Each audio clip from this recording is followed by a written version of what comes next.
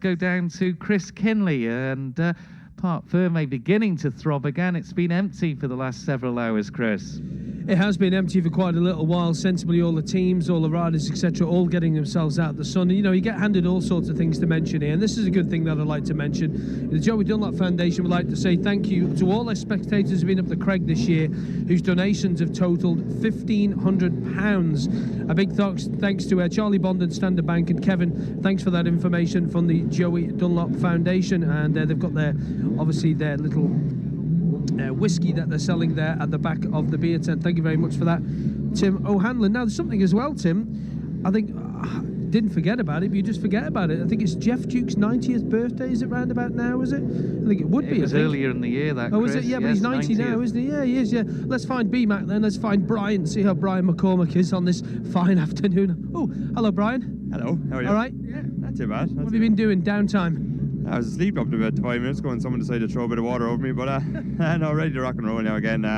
6 laps is going to be hard now after sitting down for a while, you know, but it's the same for everyone. We're going to hopefully everybody's okay and we're going to have a good bit of fun. And how are you all knocking around you out at the start of the week? Yeah, I'm not too bad. Isla and Kat and the girls have been looking after me pretty well, and today I feel like nothing has happened, you know, so I'm looking forward to getting out there now and tearing up a bit.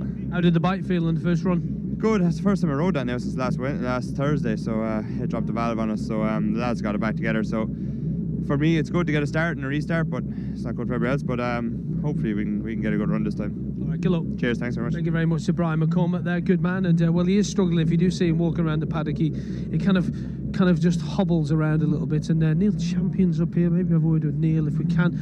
Get a chat to the guys. Now, I don't think he would have got away actually in the first one. Let's have a little look. Senior, did he get away before it was stopped? I don't think Neil would have done actually. Stop it, Neil. Let's have a word with Neil and let's get in. Did you get out before they got red flag? Don't think you did you? No, there was about 4 back from the start when it went. What went through your mind then? Well, it's always been red flagged, and actually my first thought was, I think I'd probably rather be here than somewhere out on the course waiting around.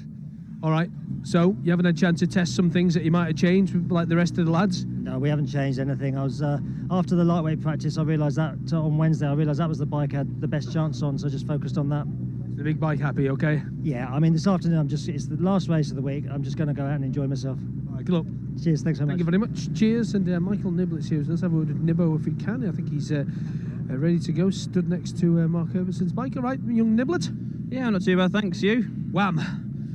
Yeah. Very warm. Yeah, it was really hot. It's it's been a hard day so far. We're all sweating our brains out and getting ready for the race, and then yeah, it wasn't very fun going down Braille seeing the aftermath there, but I'm just glad that Jono's all right, and it sounds like the spectators are mainly okay. So they got injuries as well, but obviously you managed to get away. Were you happy with the bike?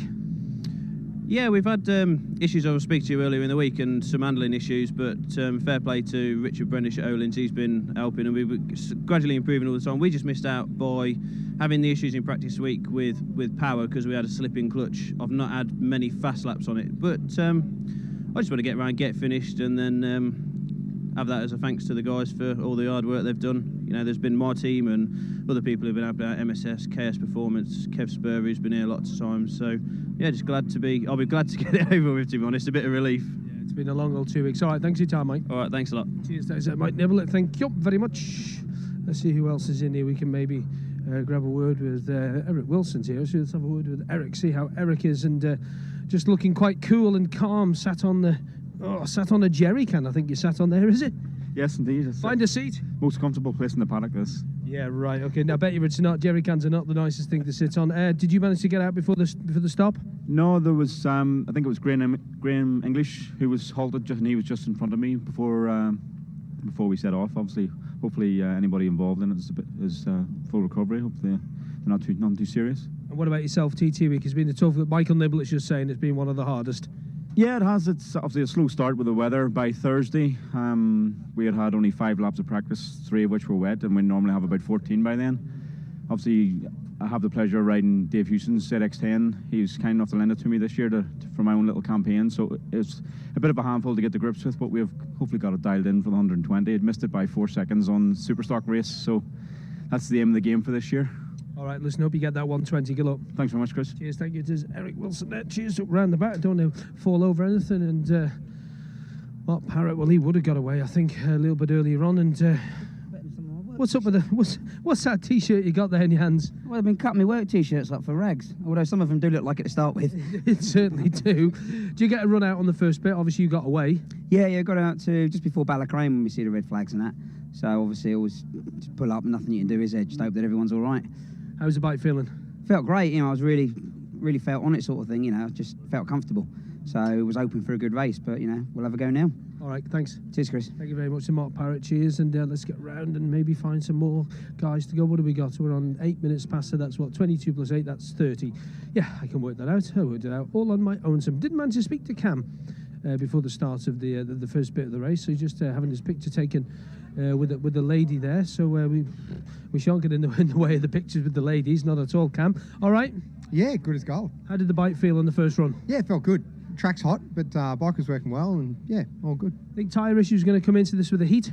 I mean, look, they're all going to wear. They're going to be like bubblegum by the time you come in, but I think it's going to have to take care on some melting bitumen out there, but that's part of riding in the heat. Where did you see that on the way out? Coming up over the mountain, there was quite a few sections, and I know a few other spots where it breaks up pretty quickly when it gets hot, so we've had good conditions in past years, so most of the boys will be familiar with it. All right, Cameron, good luck. Thank you very much. Thank you, Cameron. Cheers. He's ready to have a sit down again and just stay out of this sun, because it's quite a warm one out here. It really is. And we see Josh in the corner there. Hopefully he's quite pleased, and just grab a word with Josh if we can. Oh, that fan's a nice thing to have. Wish I had one of them to keep me a little bit cooler. That off there, and not a bad not a bad start to the first run, Josh.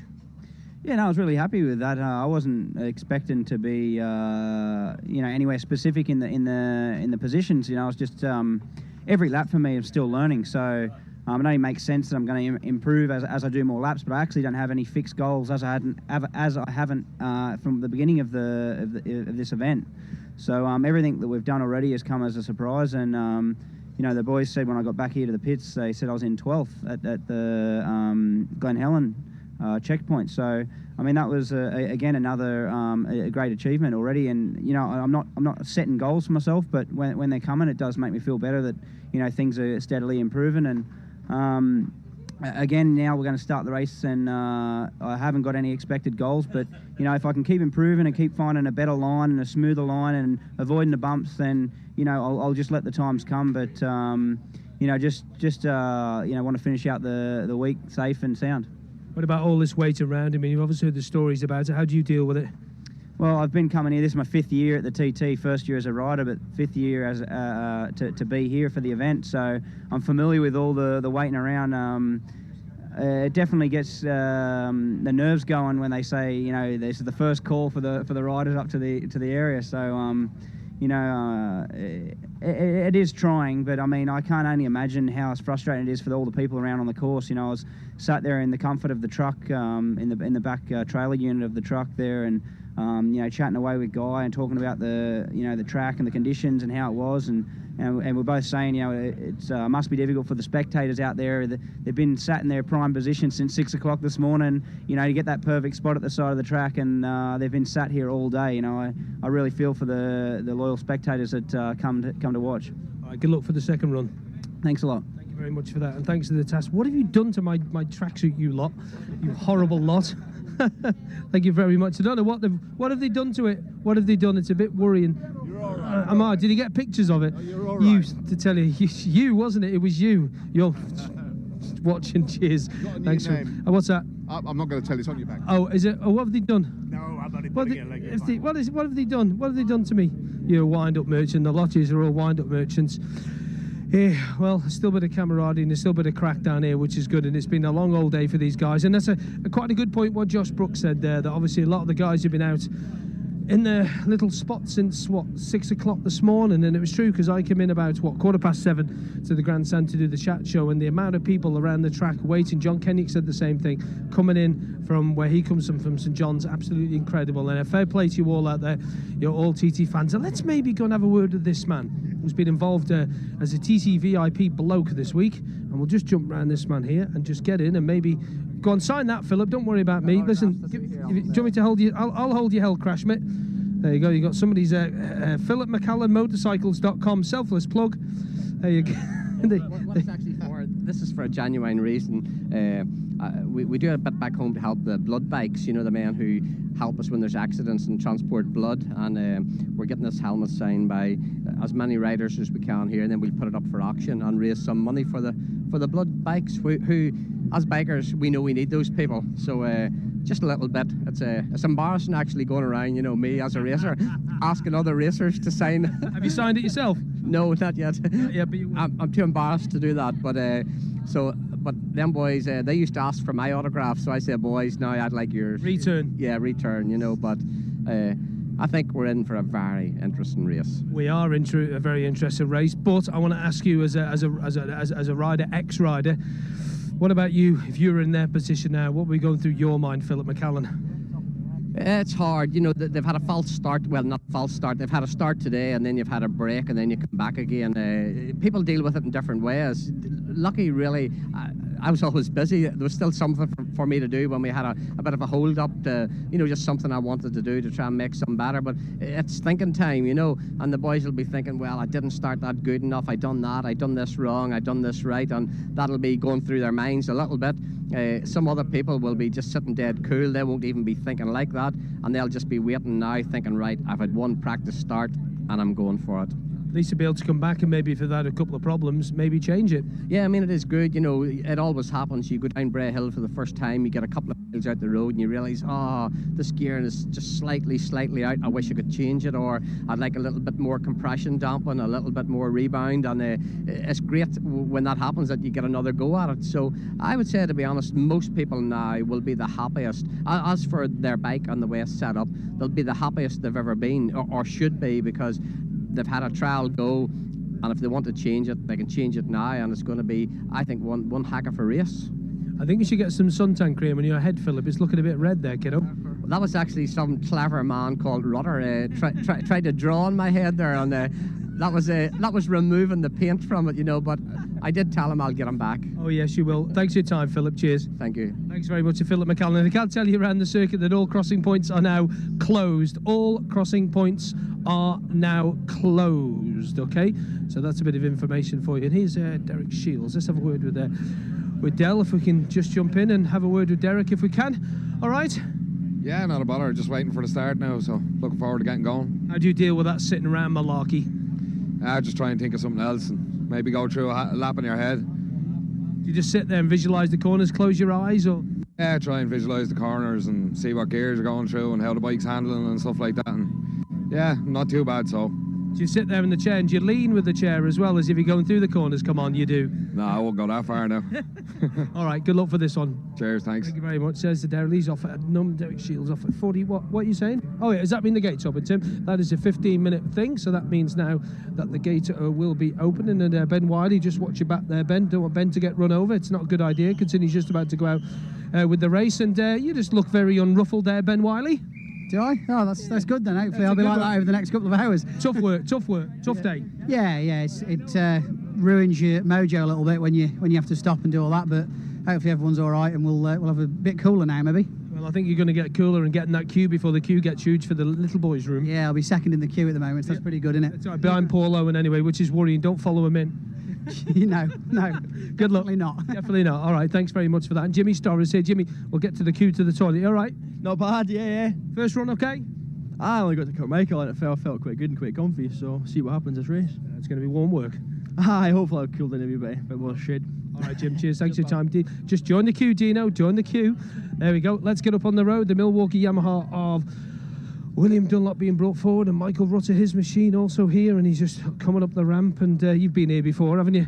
Yeah, another go, eh? No, that you've been here sat around waiting, though. I mean. Oh, yeah. We've done this for years, haven't we?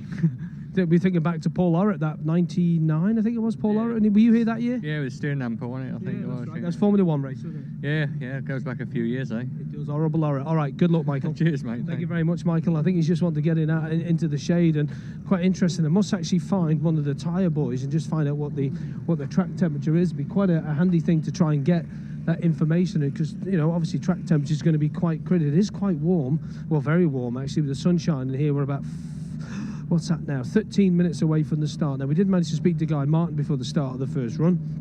Hopefully we might be able to now. His machine isn't here as of yet. I can see Simon Andrews just coming out. Who else can we see? I don't know if it's just me, but it doesn't have the buzz of a little bit earlier on. I'm sure it's going to when it gets going, but it just doesn't. Yeah, even Mark Tiley, our producer here, even he's turned around and said it doesn't have that that buzz, that kind of, yeah, I don't know. It'll probably come in a minute or two, I would say. Philip McCallan getting Simon Andrews to sign the lid. Davy Johnson, we spoke to him before the first run a little bit earlier on, but it's a bit nice to speak to a tyre guy. Mark and Tim, if you keep an eye out for a tyre guy, all right, and just, I want to get their thoughts on track temperature and stuff. Maybe Jason Griffiths. Yeah, he's just one of the guys on the front just putting the tyre warmers on Connor's bike. Yeah, that's just a call for the 15-minute start of the race. Slick Bass, hello Tony, how are you, buddy? Nice to see you, all right. Well, let's have a word with Steve Mercer, who's whoa, hey, yeah, what was the pit crew like doing pit crew for Chad? We was on the pipe, although I did nearly mess up the fuel cap, and he sort of looked at me and I thought, oh, don't get it wrong again. So yeah, no, we got it right, but no, it's good. You did it with Charlie Bowman as well, I believe. Yeah, it's quite an honour really. It's yeah, no, I've watched a long way down and stuff, and yeah, no, I've always looked up to him, so that was pretty cool. What about the first one? How was that for you? What race? Yeah, the first bit. Yeah, it was good. Yeah, it was absolutely spot on. It you know, it was good. I was just getting into a bit of a rhythm, and obviously the red flags come out, and hopefully everyone who was involved is all right, and there's not too many injuries. So yeah. No tweaks?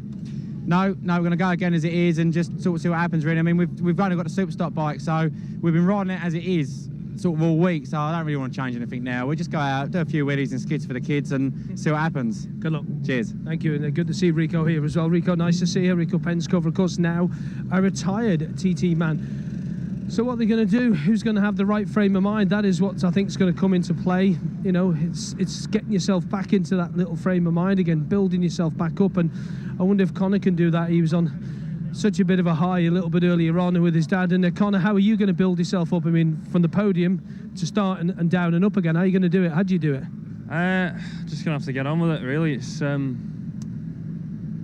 don't know. Just as soon as the fly drops, go for it, try as hard as you can. That's all we can do. How did it feel on the first run with different bars and all the different things you made?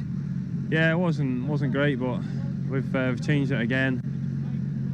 I just have to suck it and see what happens. I'm going to go for it. All right, Connor, thanks very much. Cheers. We'll let him get to the shade and let him get under the shade. Right, let's move forward because there's a couple of people we didn't speak to. Oh, hang on, I'm being dragged forward by Tim O'Hanlon. That's a bit worrying. He's totally dragging me forward. And where are we going? Oh, the Dunlop boys, and find out what is the track temperature, boys? What do you get, guys? What is it? 38. Yeah. 38 to track. What's the optimal track temperature? For us, for the Dunlop boys, mid-30s, so it's a little bit above. All right, okay, so it's 38 and it's mid-30s. Okay, well that's kind of interesting. Now it'd be interesting to see what Jason Griffiths has to say on that as well. Okay, just asking for the remaining competitors to be brought forward. Now let's see if we can get in around. Didn't manage to speak to Guy before the start of the other one. Good. Where did all these people just arrive from? All of a sudden, like 3 million people have just arrived on the grid, and it's a bit of a battle to get across. Just watch out. That gentleman's not happy because he just walked right in front of his shot. And Connor's there talking to his crew chief, and Neil Hodgson's also here. And if so, we say, what do you reckon? Don't fancy waiting around to go down there, Neil, dear? I'll tell you what, I am the biggest TT licker there is in the history. I've turned into the world's biggest fan. I just love this sport. And standing here, I mean, I have never experienced anything like it, the atmosphere. I'm so nervous. Think about, were you up here for the first run? Yeah. How big was that? I mean, don't get any bigger than that, does it? I mean, literally, in all the years I've been coming here, I've never seen a response like that. I mean, it's literally, I can't believe how big the TT has become. I mean, all credit to people like Paul Phillips behind the scenes, people like yourself, the hard work you do, North One. I mean, it really is incredible, and ITV4, they put on such a great show, and these lads are warriors, absolutely warriors, and I'm in awe of what they do. Class. All right, Neil, thanks for your time. Cheers, thank you. It's Neil Hodgson, cheers, thanks very much for that. And Gary Johnson, didn't get to speak to Gaz. He was up at the sharp end at the start. Oh, let's get in here. This is nice under here, wee man. Yeah, it's all right, isn't it? Chilled. First run was good for you guys, going well. Yeah, obviously got a good first sector in. You know, I made a couple of mistakes on the second sector, and John had pulled us back a bit. So got to rectify them faults. It's going to have to be faultless laps for 6, I reckon. You know what I mean? Where the boys are going, it was tight at the front. Like I say, it was only some small mistakes. I knew I wasn't pulling the speeds I should have been going, so I knew I would have been dropping back more than what I wanted to. But the one big mistake, so obviously the boys are on it. Melting tires a little bit, in the back of your mind when you're tipping in Rencullen and on the mountain there a bit. But it's good. What more can we ask for? Some wishes out. Hope everybody's good with the accident down Bray Hill. Thoughts go out to all them people that's been hurt there. All right, Gary, listen, good luck for the second run. Cheers, bud. Cheers, thank you very much. As the TV guys move in for a bit of an interview, we must say happy birthday to Ian as well, who's in the hospitality, and let's chat, if we can, to Granty and see what he makes of all this. Mick, Grant, what do you make of all this? Things you must have seen in your time here. This is just, you can't comprehend it, can you? But I bet you can. No, it's manic, isn't it? But I mean, what a fantastic finale. I mean, we've got drama even before the race has got underway properly. You couldn't script it any better, could you, really? Were you here on the start line for the first build-up? I mean, what an atmosphere it was here then, wasn't it? I've seen some tension on the line, but I'm sure this is about the most I've ever seen. To a full race, I think. Full race, and I mean, I thought they'd run it over 5 laps, I must admit. But value for money, crikey, another 6. They've had 7 laps. What more do they want? Wow, unbelievable, isn't it? Yeah, and a quarter of a lap, under their own power, they could do what they want. Yeah, that's right. And I know that I'm talking to Gary, and he's been altering 1 or 2 little things. It's amazing. You go out on a bike that's just about perfect. The temperature changes, and they don't just quite handle the same. And everyone's in the same boat. And I'm sure everyone's done the odd little tweak from that lap, which was almost like a practice lap, if you like. 38-degree tack temperature, and wow, that's hot. Well, I remember it, in the good old days, we used to have melting tar, and there is melting tar again this year. Yeah, you just don't need that, do you? No, not at all. What was that like? I mean, you obviously got to watch, ain't you? You've got to be very, very careful. And I mean, hopefully they'll have flags out saying limited edition. And once you've got that, as long as you've got that, and the rider can see there's maybe problems ahead, then they'll cope with it without any problem. Mick, thanks very much for your time. You're welcome. Cheers, thanks, Mick, Grant. And let's get in round Philip Neal if we can, and quick chat to Guy. And Guy, hello. How, mate? You all right? Yeah, not so bad. Are you? Well, yeah, I'm a bit warm in here. I don't know about you, but second run. And what about the first run? And how was you going? Yeah. Steady. I had a good run out to Ballath. No bothers.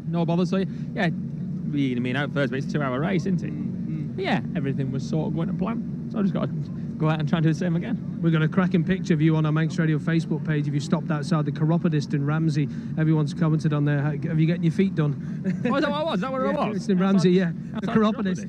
Oh, no. Well, it's just starting the last day. She'd been out on the Raz the night before, and she was we woke her up. Oh, yeah, we're just laying back on the door. Yeah, she'd been out on the Raz. Anyway, yeah, it's all right. So, yeah, get stuck in again. It's not the best, is it? There's a lot of melted tar. I mean, we got a right trip over the mountain there on the way back, and there's a right load of melted tar, so it's not going to be ideal. 38-degree tack temperature, is that a bit warm? 38, I'm not designed for that. Man alive. Well, no, I suppose we're all British, aren't we? We're not designed for 38 degrees, definitely not. Manx, not British. Oh, is that right? Yeah, Manx are British, but Manx, you know what I mean? It's like me saying you're from Yorkshire, but you're not. Cheeky bugger. Yeah, he's not. Good luck, Mucker. All right, thanks, Guy. Cheers. Right, let's get out of the way of the scrum, and it is a scrum as well, and let's see if we can have a chat to James Hilly. Is that 5 minutes to go to the start? I think I heard there's that many people around here at the moment. It's kind of a bit bedlam, to be truthful. Honestly, it's kind of like, I know, sorry about that, little bit of sorry. Oh no, don't take pictures. You get scared. Put it on the mantelpiece. Keep the kids away from the fire. Right, let's just jump on. Excuse me, sir. Got to do it all again, James Hilly. Yeah, it's this is the worst bit. Once you get going, it's okay. But I was praying we're going to be down to 4 laps there, but we know. Why down to 4? It's easier. No, because you want to go to sleep and get the boys to the beer tent to buy them beer after winning the race earlier on. I don't know.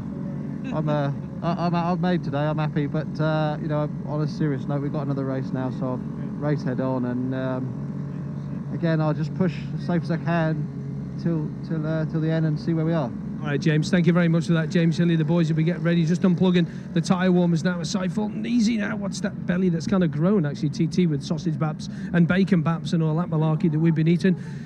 It'll be about 3 minutes to go. Let's give you the information from the board, and well, we're going to get going again for the rerun. Oh, sorry about that. Thank you very much, Flower. I don't know what it is, but it couldn't have been that. It was. Oh, I tell you, this is important, actually. 50 years ago, not my dad, raced my mum to the Jane Crookall Hospital. She was going into labour. He then sped after leaving her at the hospital to the grandstand so he could wave the checkered flag for the senior race. He didn't get to meet him until the evening when the races had finished. A big hello to John and Helen Slater. After 50 years, I'm able to watch the races with my dad. Oh, suppose it is. Anyway, right, conditions perfect all round. Be aware, graffiti, blah, blah, blah. Have a good, safe race. Melting tar at Greba Bridge, Birkins Bend and Guthrie's, the mountain box, and there will be flags shown you. A few of the riders saying about that, about the melting tar around the circuit. 38 degrees, you heard the Dunlop guys say.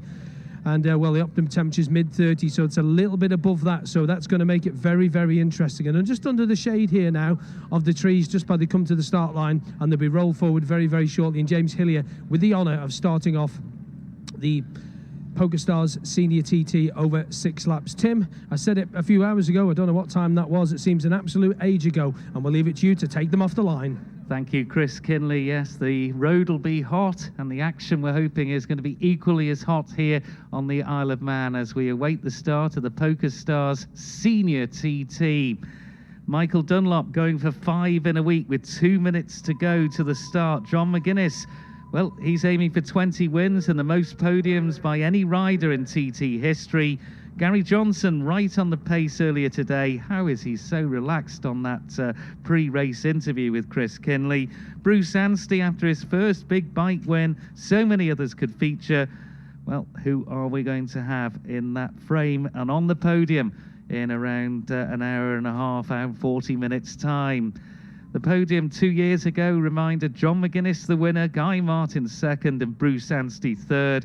Josh Brooks, we're hearing going well in that first race, up to 12th, fastest ever newcomer. How well will he go today? 127.726 miles per hour as we now approach a minute and 10 seconds to go.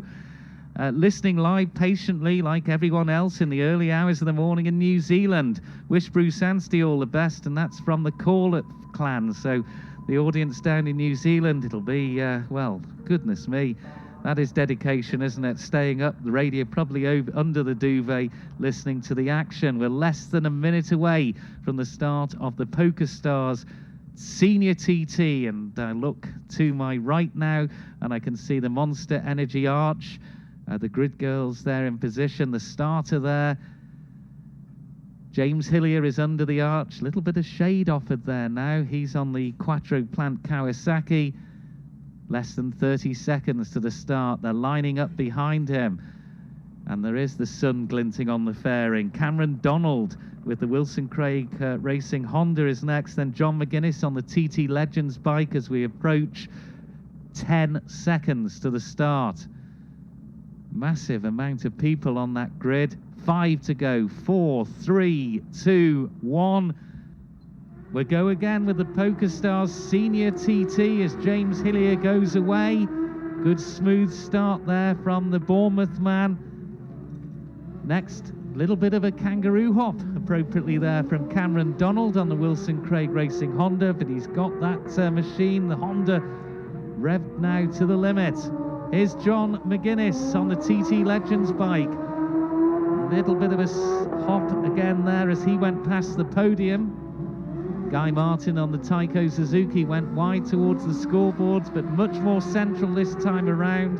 The blue and white leathers, the yellow helmet of Guy Martin away. Bruce Anstey's next on the HM Plant Honda by Paget's. Black and orange fairing on the bike. Anstey away. Here's the man of the meeting, Michael Dunlop. Feet down on the back. Front wheel popping up in the air again as he approached the bottom of pit lane. 7th away, Lynx Lifting Limited Honda, it's Gary Johnson. That looked a good, quick, smooth start from Johnson. Michael Rutter is at number 8. That bike really flipping up as it went past the hospitality there, giving the VIPs a treat. Dan Stewart on the SMT Honda just hops up as they change gear and put more revs through. Now we've got Connor Cummins 10th away. Milwaukee Yamaha, the Ramsey Rocket has launched. William Dunlop, his teammate, Milwaukee Yamaha, tucked right in there under the bubble of the screen was William. Dan Neen on the Marks Bloom Racing Suzuki is away. Coming a little bit nearer towards the gasoline alley this side of Glen Crutchie Road. 13 is Steve Mercer on the BMW, the Pens13.com BMW. Dean Harrison got on the podium just like his father and son, both making the rostrum. Tremendous TT for the Harrison family. Ian Locker and his farewell appearance at the Isle of Man TT. Wish you well, Ian.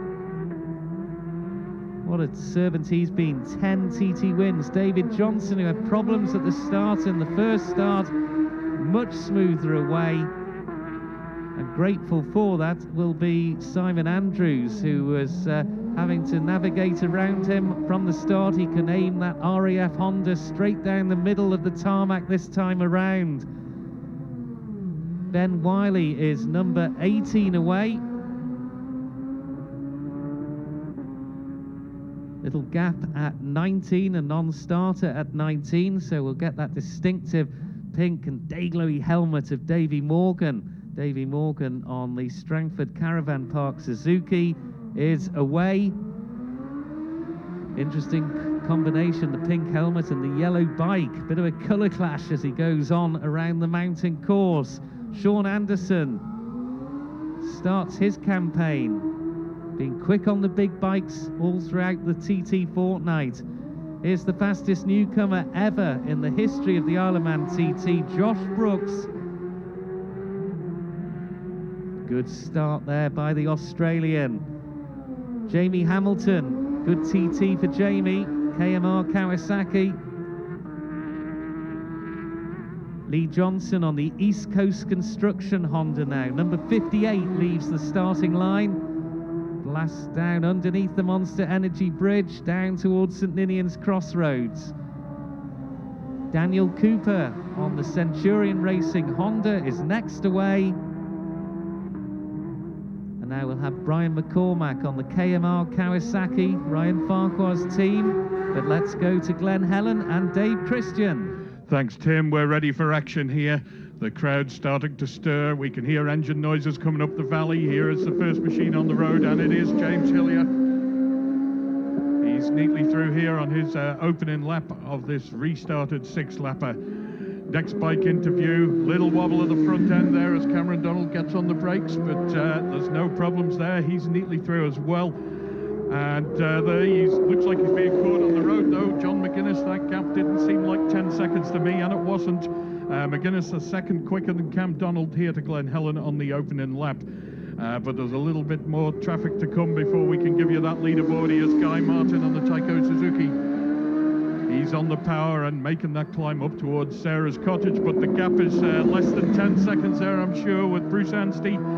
Anstey right up there, and he's pulled a couple of seconds nearly there back on Guy Martin. There's Michael Dunlop, the man of the meeting as he's been called, and he is fastest here to Glen Helen on this opening lap. And now we'll see how fast he was, because there's Gary Johnson, and Gary Johnson now takes the top of the leaderboard. So Johnson got on the power then on the opening sector of this restarted PokerStars Senior TT. Here's Michael Rutter.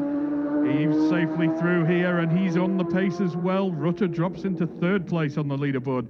So Johnson leading at the moment, Michael Dunlop second, Michael Rutter third, John McGuinness fourth. But I think we'll need to see those Milwaukee Yamahas here first. Here's 9 through, that's Dan Stewart on the Wilcock Racing Honda. Dan Stewart through, he's held position, but if Connor's caught him, Connor is catching Dan Stewart, and William Dunlop's catching Connor as well. So William Dunlop, he drops into second place on the leaderboard. A cracking opening sector for William Dunlop. The leaderboard then, Gary Johnson leads, but he has a half a second advantage over number 11, William Dunlop. Michael Dunlop third, he is just 0.05 of a second down on brother William. There's Dan Neem through. Dan Neem doesn't trouble the top 5. Michael Dunlop third, Michael Rutter fourth. He's a second down on Michael Dunlop. John McGuinness fifth. He is just 1/100th of a second down on fourth place. 2 through together there, Steve Mercer and Dan Neem, was that? No, Dean Harrison. Dean Harrison caught Steve Mercer on the road already. Steve Mercer was leading the privateers this morning before that lightweight TT. Remains to be seen whether or not he can pick enough points to take the title. 15 through there now, that's Ian Locker, and he's closely followed on the road by Dave Johnson, so Johnson eating his way into Ian Locker's starting difference.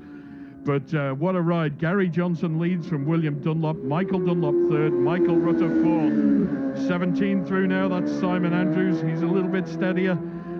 John McGuinness fifth, then Bruce Anstey sixth, Cameron Donald seventh, James Hillier eighth, Dean Harrison ninth, and Guy Martin 10th. 18 comes through, that's Ben Wiley. Connor Cummins into 11th, Dan Neen 12th, Dan Stewart 13th, Dave Johnson 14th, Simon Andrews 15th, Steve Mercer 16th, Ben Wiley 17th, and Ian Locker 18th of the 18 through so far. But it appears to be the Dunlop brothers and Gary Johnson who are having the opening scrap on this first lap, as Davey Morgan tipped it into the left-hander here at Glen Helen, and he's being caught on the road by 33 Sean Anderson, and Sean Anderson in turn is being caught on the road by Josh Brooks. Brooks now drops into the leaderboard in 12th place. What a cracking start that is for him. 12th place for the newcomer Josh Brooks. He splits Connor Cummins and Dan Neen on that leaderboard. But there's less than 10 seconds between the top 10, I think, so it's still far too early to tell as Jamie Hamilton comes through. Another machine now down the gear into the left-hander. That's 58 Lee Johnston. He goes in 19th place on our opening lap leaderboard. As another machine now into the left-hander. That's Daniel Cooper on the Honda. Cooper is, he is into 19th place now. Pushes Lee Johnson down one. But those top few riders, I think 10 seconds split in the top 15 on the opening lap here. That, I think, was Brian McCormick just through on the Kawasaki. And Brian McCormick just outside the top 20. 31 through now, that's Jimmy Storer. And Jimmy Storer, again, just hovers outside the top 20.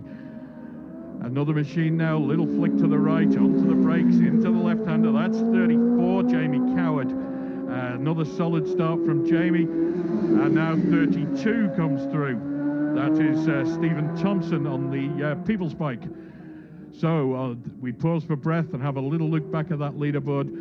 Too early to really tell who's got the advantage. We've seen on the first lap that Paul Shoesmith there just comes through. We've seen on the first lap that Gary Johnson did lead here at Glen Helen, but that advantage was pulled back by Balaf Bridge. 44 goes through there, Derek Shields. The top five then, Gary Johnson leads, William Dunlop, Michael Dunlop third, Michael Rutter fourth, John McGuinness fifth, but less than 2 seconds separating all five on Glen Helen at lap one. Now back to the Royal London 360 commentary point at the grandstand. It's like shuffling a pack of cards, because at Balaf Bridge, none of that top five are in the positions they were at Glen Helen. It's Michael Dunlop who leads by 0.3 of a second. Third is ahead of Gary Johnson. Third is John McGuinness. He's 0.8 behind Johnson. William Dunlop is fourth, 1.3 behind McGuinness. Michael Rutter, fifth, 1.2 behind Dunlop. Nothing separating really Cameron Donald and Bruce Anstey in 6th and 7th. What a terrific tight race. It's anyone's in these opening stages. Someone needs to get a grip and take control, but they can't at the moment. There's hardly any time. Right down to 11th place. Terrific stuff. And Sulby Speed Trap, John McGuinness, 192.3. Let's go to Roy Moore at Ramsey. Yes, the crowd stir down the road, so we know for a fact there's machines in the Ramsey area. We're just waiting. We're expecting James Hillier to be the first to approach us here at Ramsey Hairpin. Hardly anything in it at Balaf Bridge, and it is James Hillier here now. These big bikes are quick, aren't they? Through he goes, and right behind him is Cameron Donald. So I would say there's less than 10 seconds there, then a very, very fast approach by John McGuinness now here at Ramsey. And a good line too, tight, brilliant sunshine right over as far as you can go. Inevitably they rip off on the end of the Poker Stars banner there, and that now fluttering in the road as John McGuinness is through. Another very fast approach, and this is Guy Martin. Guy Martin, number 4 here at Ramsey. Well, we're just waiting for the others to go through to see whether Michael Dunlop, who we're expecting next, is still maintaining that lead. But Bruce Anstey is here, but Michael Dunlop's right behind him. He's cut back to 10 seconds. It's within a couple of seconds there, and Michael Dunlop leads here at Ramsey from Gary Johnson, who we should expect to see now. And here is Gary Johnston. He's here with us now. So what is the time difference? Flames coming out of that right-hand exhaust there. He gets tucked in, and he too just takes the fly spattered rip-off and up towards the waterworks, and it's 1.1 second. 1.1 second. There's Michael Rutter now through. He too tight, and the tyres working overtime as they get the full grip going. But at Ramsey, it's number 6, Michael Dunlop, who leads by 1.137 seconds from number 7, Gary Johnson. Gary Johnson, in turn, is only 1 second ahead of number 3, John McGuinness. We then have in 4th place number 8, Michael Rutter. He's only 3 seconds down on John McGuinness. Within 6th place, number 2, Cameron Donald. 1, 2, 3, as quickly as that. The first is Connor Cummins. There's the other Dunlop, that's William Dunlop, and between them was Dan Stewart. So how do they shuffle into the leaderboard? Well, we've got William Dunlop, number 11, up now to 4th place. He's only 3 seconds down on John McGuinness. That relegates Michael Rutter to 5th, but only half a second down on William Dunlop. At 6th, Cameron Donald, just half a second down on Michael Rutter. In 7th place, number 5, Bruce Anstey, 2 seconds down on Cameron Donald. 8th, number 4, Guy Martin, only half a second down on Bruce Anstey. And James Hillier completing the top 9, 2 seconds down on Guy Martin. There's Dan Neen and Dan Stewart, the last two, and that last one there was Dean Harrison. So that's appropriate because James Hillier, we had the last as 9th. We have in 10th place, number 10, Connor Cummins, 2 seconds down on Hillier. It's then 11th, 14, Dean Harrison, just half a second down on Cummins. 12th, Dan Stewart. 13th, Dan Neen, and 14th, Steve Mercer, because that bike you can hear going through is the machine of Steve Mercer, and he's through. We're expecting David Johnson to arrive here to see where he will slot into that top 12, maybe. Might just make the top 12 because he's here now. And he tips it into Ramsey hairpin. Number 16, David Johnson. He's just outside the top 12. He's 13th. In fact, Ian Locker is here now, and Simon Andrews will be too far away, I wouldn't have thought. And Steve Mercer as well. He drops a place there. Another machine interview. That is Simon Andrews there. So where does he slot into our leaderboard? He slots into 15th place, 4 seconds down on Dan Neen. Within 16th place, Steve Mercer, only half a second down on Simon Andrews. And then at 17th, Ian Locker, 9 seconds down on Steve Mercer. Within 18th place, number 18, Ben Wiley. Is this him now? It certainly is. This is Ben Wiley here at Ramsey. Down the brilliant sunshine. He has a quick look on his left side too to see what the position is. But he is 3 seconds only down on Ian Locker. So I think that completes our top 19 there. There'll be, as they go through, we expect to see shortly Sean Anderson and, well, LC2C, Davey Morgan. So there's Sean Anderson, Davey Morgan, and there's Josh Brooks through. So where does Josh Brooks slot into that? We've got him in 14th place here at Ramsey, but he's only half a second down on David Johnson. So David Johnson moves into the reckoning in 13th place. In 14th, Josh Brooks. 15th, Dan Neen. 16th, Simon Andrews. 17th, Steve Mercer. 18th, Lee Johnson. 19th, Sean Anderson. 20th, Ian Locker. Jamie Hamilton is here, just getting clipped on the inside there, but not clipped, but certainly Ian Locker. Daniel Cooper was the man that he was battling with there. And Daniel Cooper 20th, Ian Locker 21st, Jamie Hamilton 22nd, 23rd for Ben Wiley, and 24th for Davey Morgan. There's number 24, Dan Cooper through. And at the bungalow, I can tell you, Michael Dunlop is maintaining that 1.5 second lead, but it's now over John McGuinness at the bungalow. The bungalow, I repeat, with in 3rd place, Gary Johnson, just 1 second down on John McGuinness. William Dunlop, just 4 seconds now. It's extended down on Gary Johnson. So Michael Dunlop by 1 second at the bungalow from John McGuinness. We expected it, and it's happening. Number 31, that's Jimmy Storrer through Ramsey as well. Where does he come into our leaderboard? As we expect Jamie Coward to be the next here, and Brian McCormick. Who are they? Yes, that's the order that they arrive here at Ramsey. 34 and 32. Number 34 goes up. Lee Johnson is going well. He's up to 18th here at Ramsey, and he's only half a second down on Steve Mercer. So I think we've got your top 28 out on there, so that's it. But at the bungalow, there's only 1 second in it between Michael Dunlop and John McGuinness. What will it be back at the Royal London 360 Grandstand? John McGuinness, Cameron Donald and James Hillier. The lights are on for all three at Cronknamona. Additional non-starters, Jonathan Howarth and David Paradays, number 68 and 62. And spectators between Graham's and the bungalow are asked to stop feeding the goals. Very dangerous indeed. Now we're racing. Also now at the Cronknamona signal point is Guy Martin, John McGuinness, and we're waiting for Dunlop. It's less than a second at the Cronknamona. John McGuinness is the man on the move. Less than a second, 0.9 at Cronknamona. James Hillier is about to come streaking past us here, past the grandstand. He's on to Glen Crutchley Road, and John McGuinness not too far behind him. 20-second interval between their starts. Here's Hillier. And the time for Hillier through the trap. Well, there's some fast times here. John McGuinness is through. John McGuinness, 130.790 on the opening lap. 130.790 from a standing start. There's Cameron Donald. And there is Guy Martin, very quickly behind him. Guy Martin, 130.054. James Hillier, 128.9. Cameron Donald, 127.796. Just waiting for the leaderboard. Michael Dunlop through, and at the grandstand, Michael Dunlop has a 1.3 second advantage and 130.965 for Michael Dunlop, just shy of the 131. 130.965 for Michael Dunlop, who has a 1.3 second advantage over John McGuinness. McGuinness 3.5 ahead of Gary Johnson. Gary Johnson 1.6 ahead currently of Michael Rutter.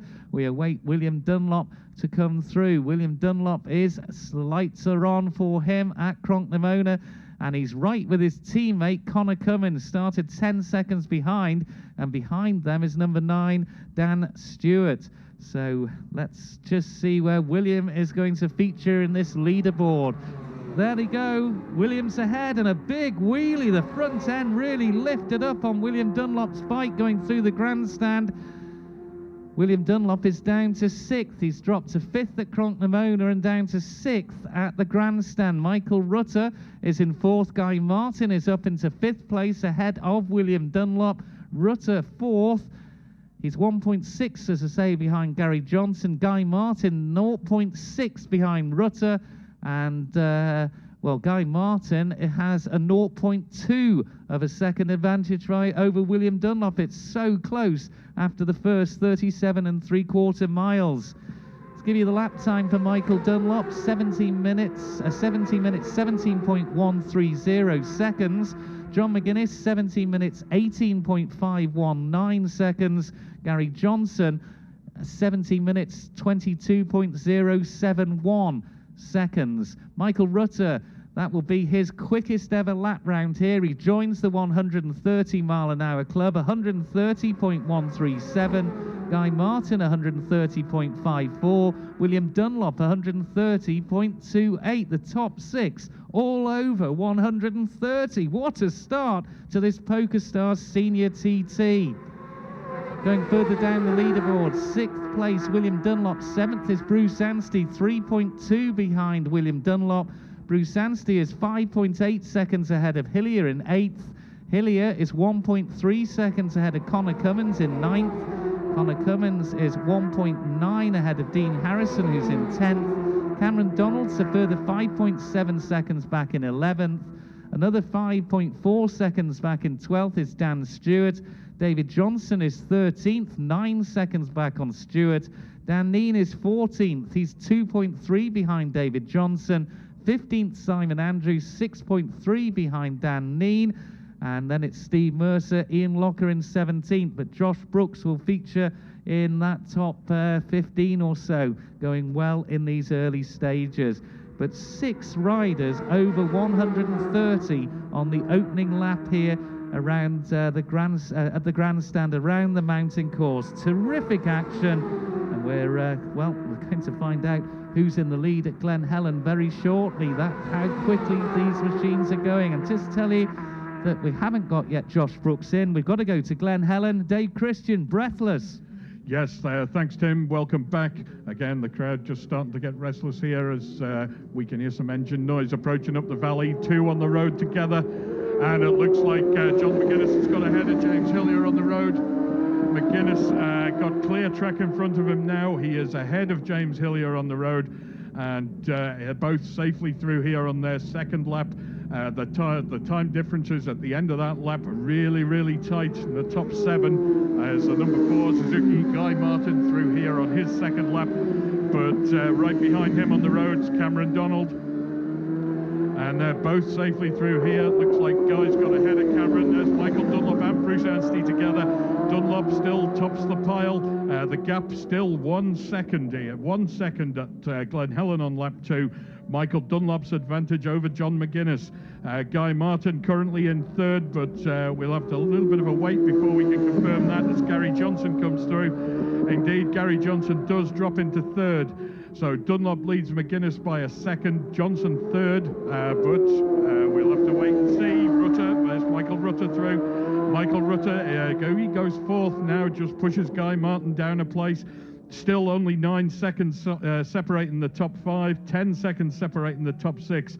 So this is really turning into a tight race, and those sort of time differences can be easily won or lost in pit lane, and we are just approaching a fuel stop at the end of this lap, so we'll have to keep an eye on that one.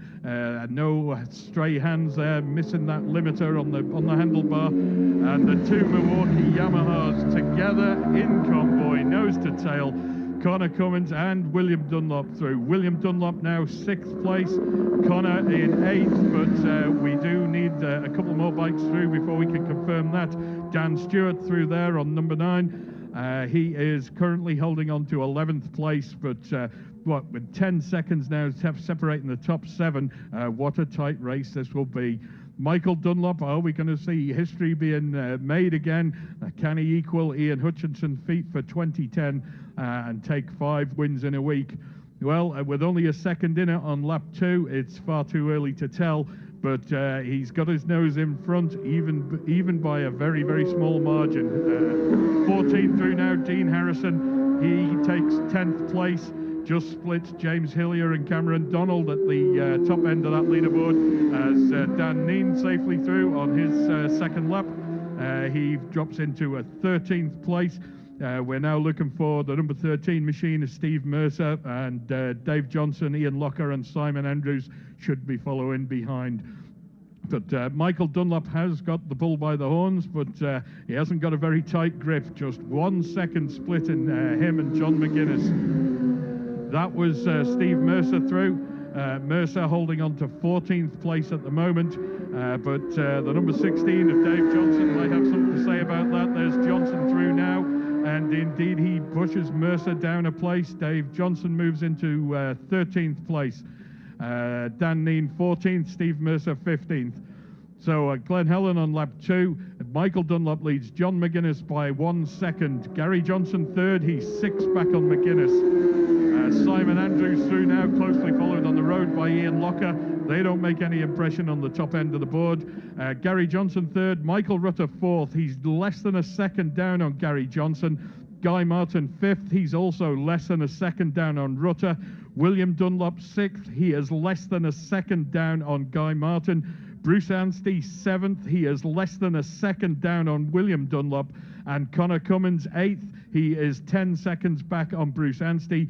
James Hillier 9th. He is 1 second down on Connor Cummins, and making up the top 10 at the moment, Dean Harrison. He is 4 seconds back on Hillier. But look at those gaps. They are really, really tight. 18 and 33 here now. 18 is Ben Wiley. 33 is Sean Anderson. They're both safely through here on their second lap as Davey Morgan tips it into the left-hander. He makes the climb up towards Sarah's cottage. He is taking it nice and steadily around here, currently occupying 19th position. Ben Wiley 20th. But those gaps at the top, it'll be all action for Tim and the guys in pit lane. 58 comes through here now. Lee Johnston. Lee Johnston, he does indeed make it into the top 20. He is into 15th place. So a quick recap then on the top end of that leaderboard. Michael Dunlop leads John McGuinness by 1 second. Gary Johnson is third. He's 6 back on McGuinness. Michael Rutter fourth. He's less than a second back on Gary Johnson. And Guy Martin currently holding on to fifth, less than a second down on Michael Rutter. And now back to the Royal London 360 commentary point at the grandstand. Hello, we're Bike Social. We're the new online home for bikers. Bikesocial.co.uk is an online community where you can share your stories, favourite routes, search for clubs, get involved with forums, find out the latest events and read exclusive racing news, plus the latest bike reviews. Bike Social is all about you, a social hangout created with you in mind. It's as social as you make it, so get involved and sign up today.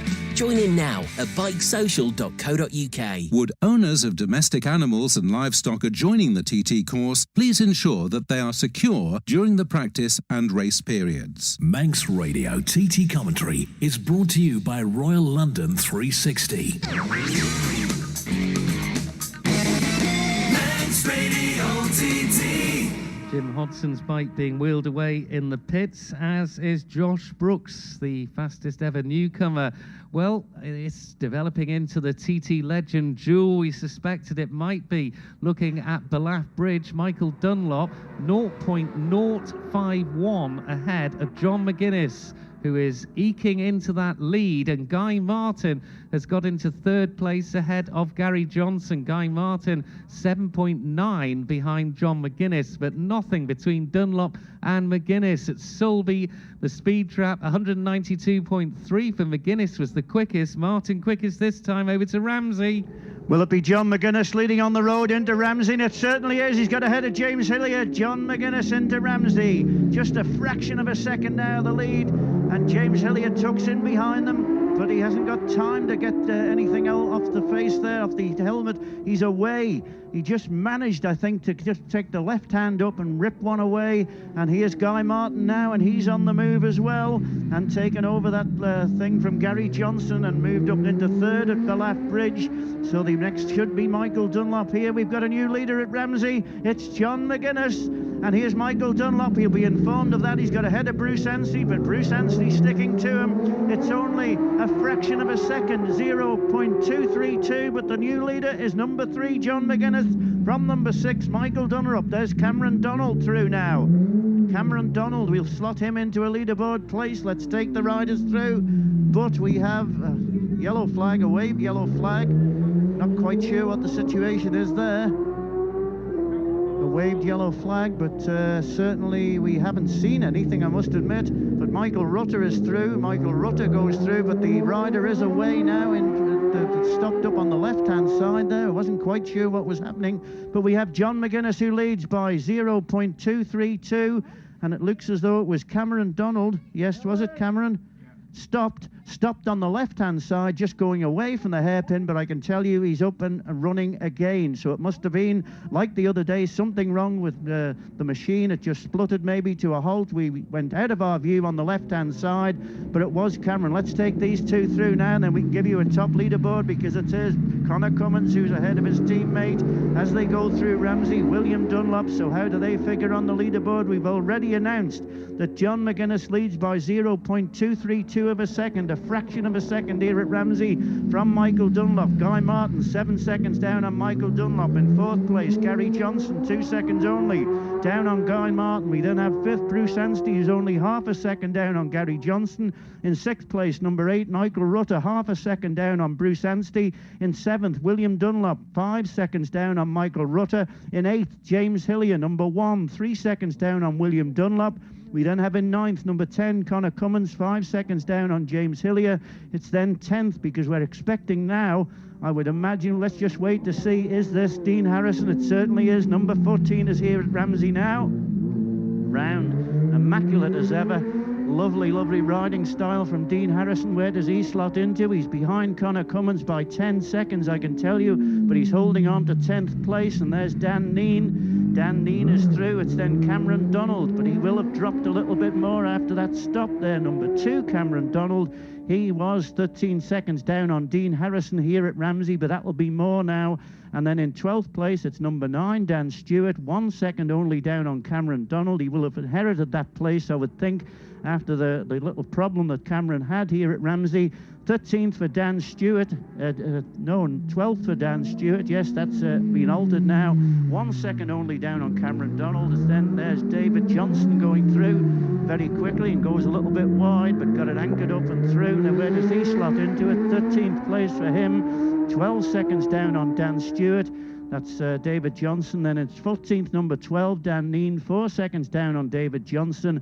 And then Simon Andrews could come into the reckoning as well. Number 17, Simon Andrews, because he will be the next, I would expect, into Ramsey. And bang on cue does he come in, tight to the inside as well, and round and away. And he slots into 15th place there, 10 seconds down on Dan Neen. Steve Mercer there should be amongst it as well, and Ian Locker as well. There's Ian Locker through. Number 15, Ian Locker through. How does he slot into it? 17th place for him. And probably we know he has gone through, Steve Mercer, so he slots into 16th place, 10 seconds down on Simon Andrews. Well, we looked away and we couldn't find out what the problem was. We didn't see anybody lying in the road or anything like that, as the yellow flag was waved to warn the riders that there was somebody involved just outside of Ramsey hairpin, and it was Cameron Donald. There's number 33 going through there. Now that's number 33, Sean Anderson, so he's moving up well. There's 18 into the Davy Morgan as well. So where do they slot into it? Well, we've got Sean Anderson into 17th place, Steve Mercer 18th, Davy Morgan 19th, Ian Locker 20th, and Ben Wiley 21st. And number 58 is through there. Number 58, Lee Johnson, he's going well. He's up to 15th here at Ramsey, only 5 seconds down on Dan Neen. From Ramsey back to the grandstand. Lights on at Cronknamona for John McGuinness, Guy Martin and James Hillier. John McGuinness leading on the road and leading by 0.7 of a second over Michael Dunlop at the Bungalow. Guy Martin third, 7.7 back on Dunlop. Bruce Anstey, the man on the move, he's up into 4th, and he's just 2.7 behind Guy Martin. John McGuinness and James Hillier are through Governors. They'll be coming on to Glencrutchy Road. Everyone's craning their necks and their heads towards the traffic lights, and they're going to come into the pits, and we'll keep an eye on the times as well, because this has been a quick lap. John McGuinness having to get the anchors on. John McGuinness is in, 131.272 for McGuinness, 131.272.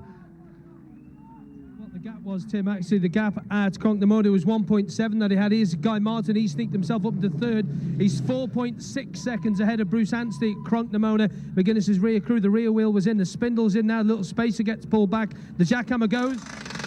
There we go, race 3, it says there, your helicopter's hovering overhead. And who's this? Mickey D, number 6 with Bruce Anstey, number 5. Bruce Praster's here now, but the race leader, John McGuinness, what's those times as they come into the pits though, Tim? Yeah, into the pits, John McGuinness is 2.4 ahead of Michael Dunlop.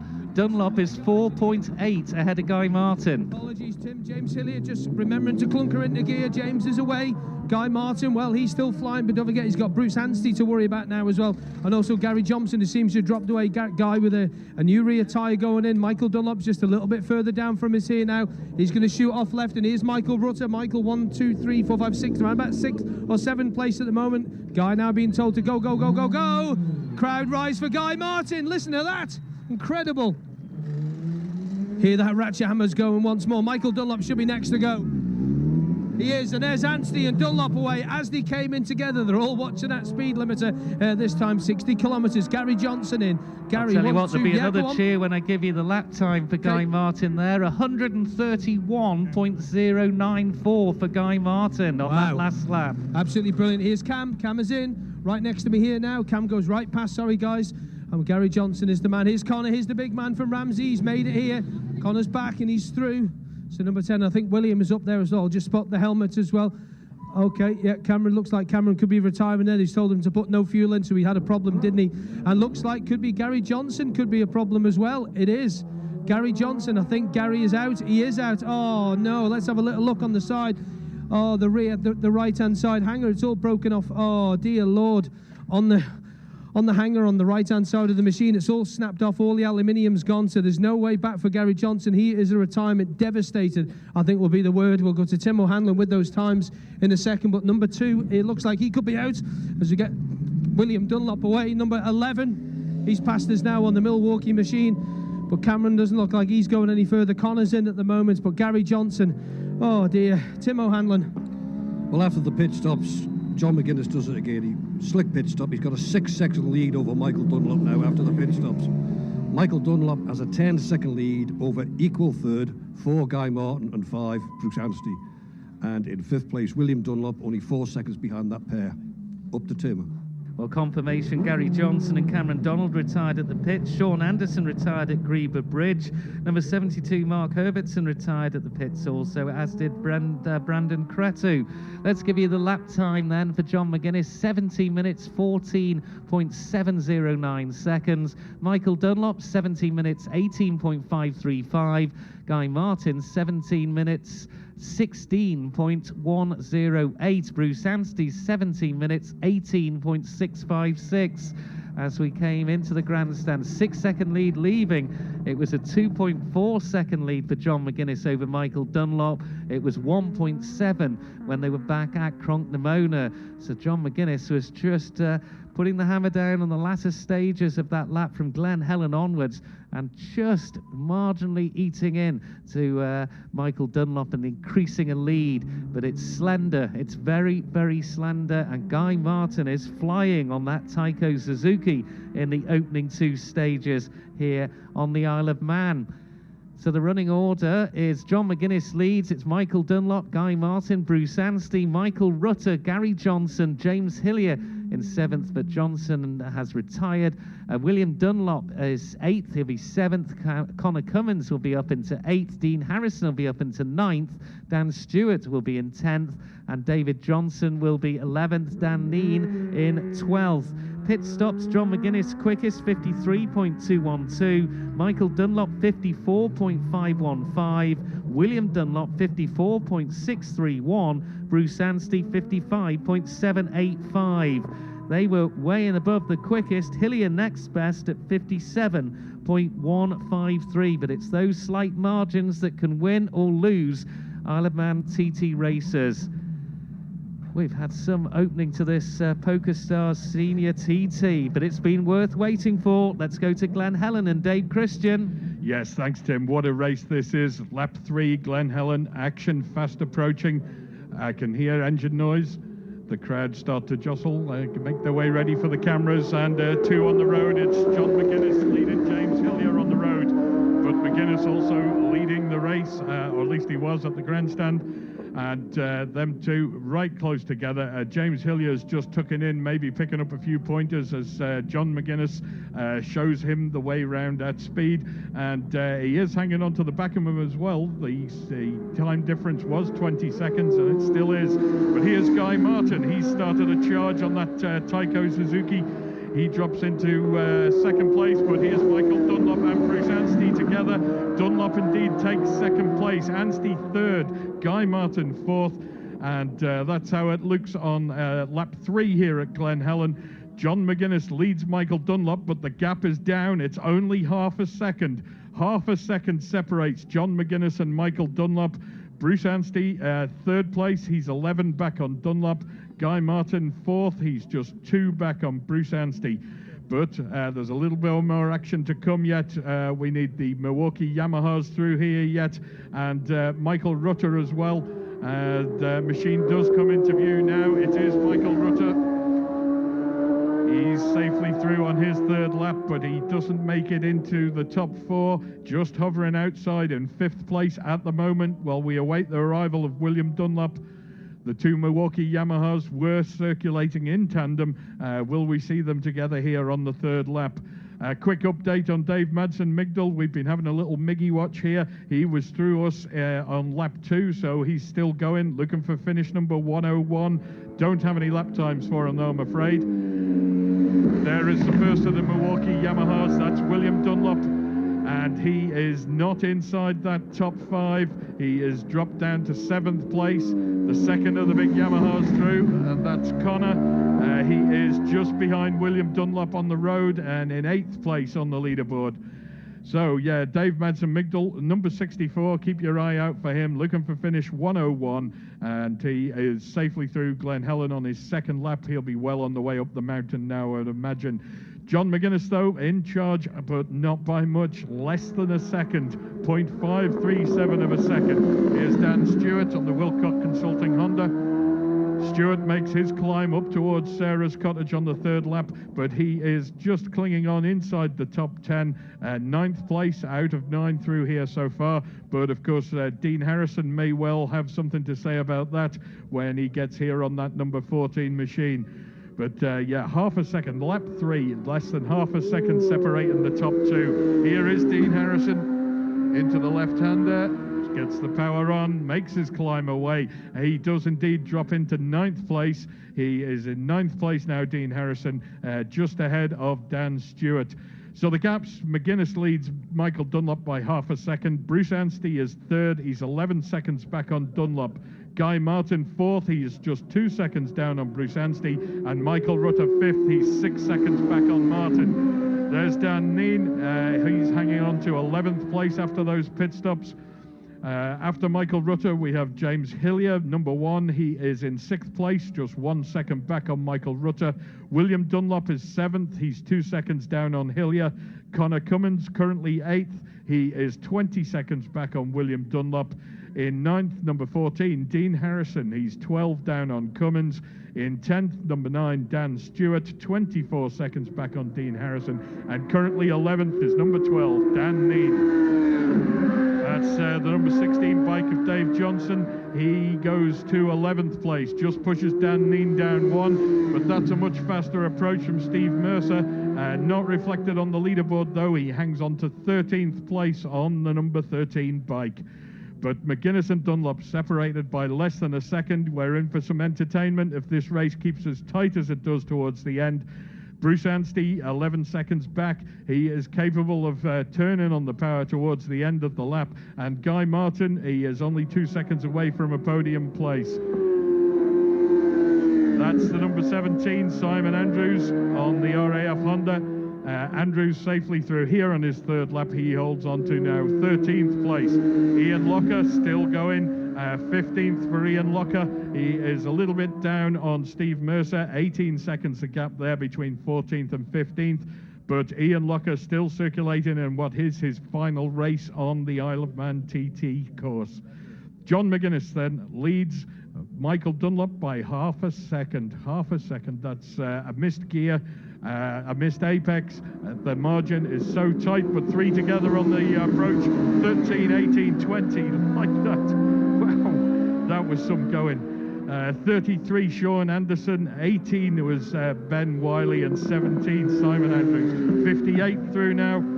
58 is Lee Johnston. He is running really well. He is up into a 13th place in between Dan Neen and Sean Anderson. McGuinness then leads Dunlop on lap 3 by half a second. Bruce Anstey 3rd, 11 back on Dunlop. Guy Martin 4th, he's 2 back on Anstey. And in 5th place, Michael Rutter, just 6 seconds down on Guy Martin. Now back to the Royal London 360 commentary point at the grandstand. John McGuinness's lead at Ballaugh Bridge up to just over a second, 1.004 ahead of Michael Dunlop. Then it's Bruce Anstey, 10.3 back. Guy Martin, 4.3 back on Anstey. Some more retirements. Number 43, Wayne Kerwin, retired at Greeba Bridge. Number 81, Raphael Pascalainen, has retired at Quarry Bends. And 24, Dan Cooper, has retired at the pits. Thank you. The writing like a prescription, I'm afraid, on that time there. Looking at the speed trap, no time to look at it. Let's go to Ramsey. Roy Moore. Yes, well, looking down the road, the spectators stir just on the apex of the hairpin here, and what we're expecting to see interview very, very shortly is he's quick. John McGuinness is quick, but he's staying behind him as James Hillier, and right behind him. There's only a machine length difference as they go away. No time for the fly taking the rip off there. He's John McGuinness head down. James Hillier right behind him, and that lead at Balaf, virtually nothing, just 1 second in it. So we've got a bit of time to wait now. James Hillier there going well though, but certainly at Balaf he was only holding on to 5th place, but getting a bit of a tow as this is Guy Martin here now at Ramsey, and 1, 2 together as they were before. Michael Dunlop with Bruce Anstey right behind him. What is the time difference? It's John McGuinness. John McGuinness, well, it's disappeared unfortunately off our screen. John McGuinness, he holds a 1.424 second over Michael Dunlop, so a fraction increased. Bruce Anstey third, 10 seconds down on Michael Dunlop. Guy Martin fourth, 6 seconds down on Bruce Anstey, and James Hillier only 2 seconds down on Guy Martin. That's the top 5 through Ramsey hairpin. It's John McGuinness who holds on to a 1 second lead. 1.424 is the official timing here at Ramsey. And they're heading now onto the 3rd lap. So what is going to happen in this race? John McGuinness has certainly thrown the gauntlet down to Michael Dunlop. There's Michael Rutter now here at Ramsey hairpin, and he goes through, and he's holding on to 6th place there. Michael Rutter, 5 seconds down on James Hillier. That is the difference, but only 1 second in it, and we'll put the bungalow timing on to see what that is now. With the demise of Gary Johnson, it won't be as long to wait before they will be at the bungalow, and certainly we'll be able to give you the time difference there as they head out onto their 3rd lap, and then down through and onto their 4th lap as quickly as that. 1 or 2 retirements, always disappointing. Here's another machine interview now. That is William Dunlop. So William Dunlop well ahead of his teammate here at Ramsey hairpin. So it's Connor Cummins now, who's through his hometown and round on the Milwaukee Yamaha. And certainly there, what do they put them into position? Well, we've got William Dunlop only 5 seconds down in 7th place. On 6th place, Michael Rutter, and Connor Cummins 18 seconds down on William Dunlop. But just think about this, there's only 1.424 seconds in it between John McGuinness leading and Michael Dunlop in 2nd place at the moment, both on equal machinery here at Ramsey on lap number 3. So it's hard to imagine the standard of riding down through the field as well. Kieran Hankin was exceptionally quick through Ramsey, as there's number 9, Dan Stewart. Dan Stewart is through now. He's holding on to 9th place as Dan Stewart. He's 46 seconds down though on Connor Cummins. We haven't heard any indication from the pits there's been any penalty at all there. Certainly speeding in the pit lane. But Dan Stewart, 10th place for him. Dean Harrison might have something to say about him. That's the next machine interview, number 14. Here he is at Ramsey, same bit of tarmac he rides round every time round Ramsey. Very, very neat and tidy indeed. Back end there, fighting for grip as he goes out of Ramsey. And we have Dean Harrison.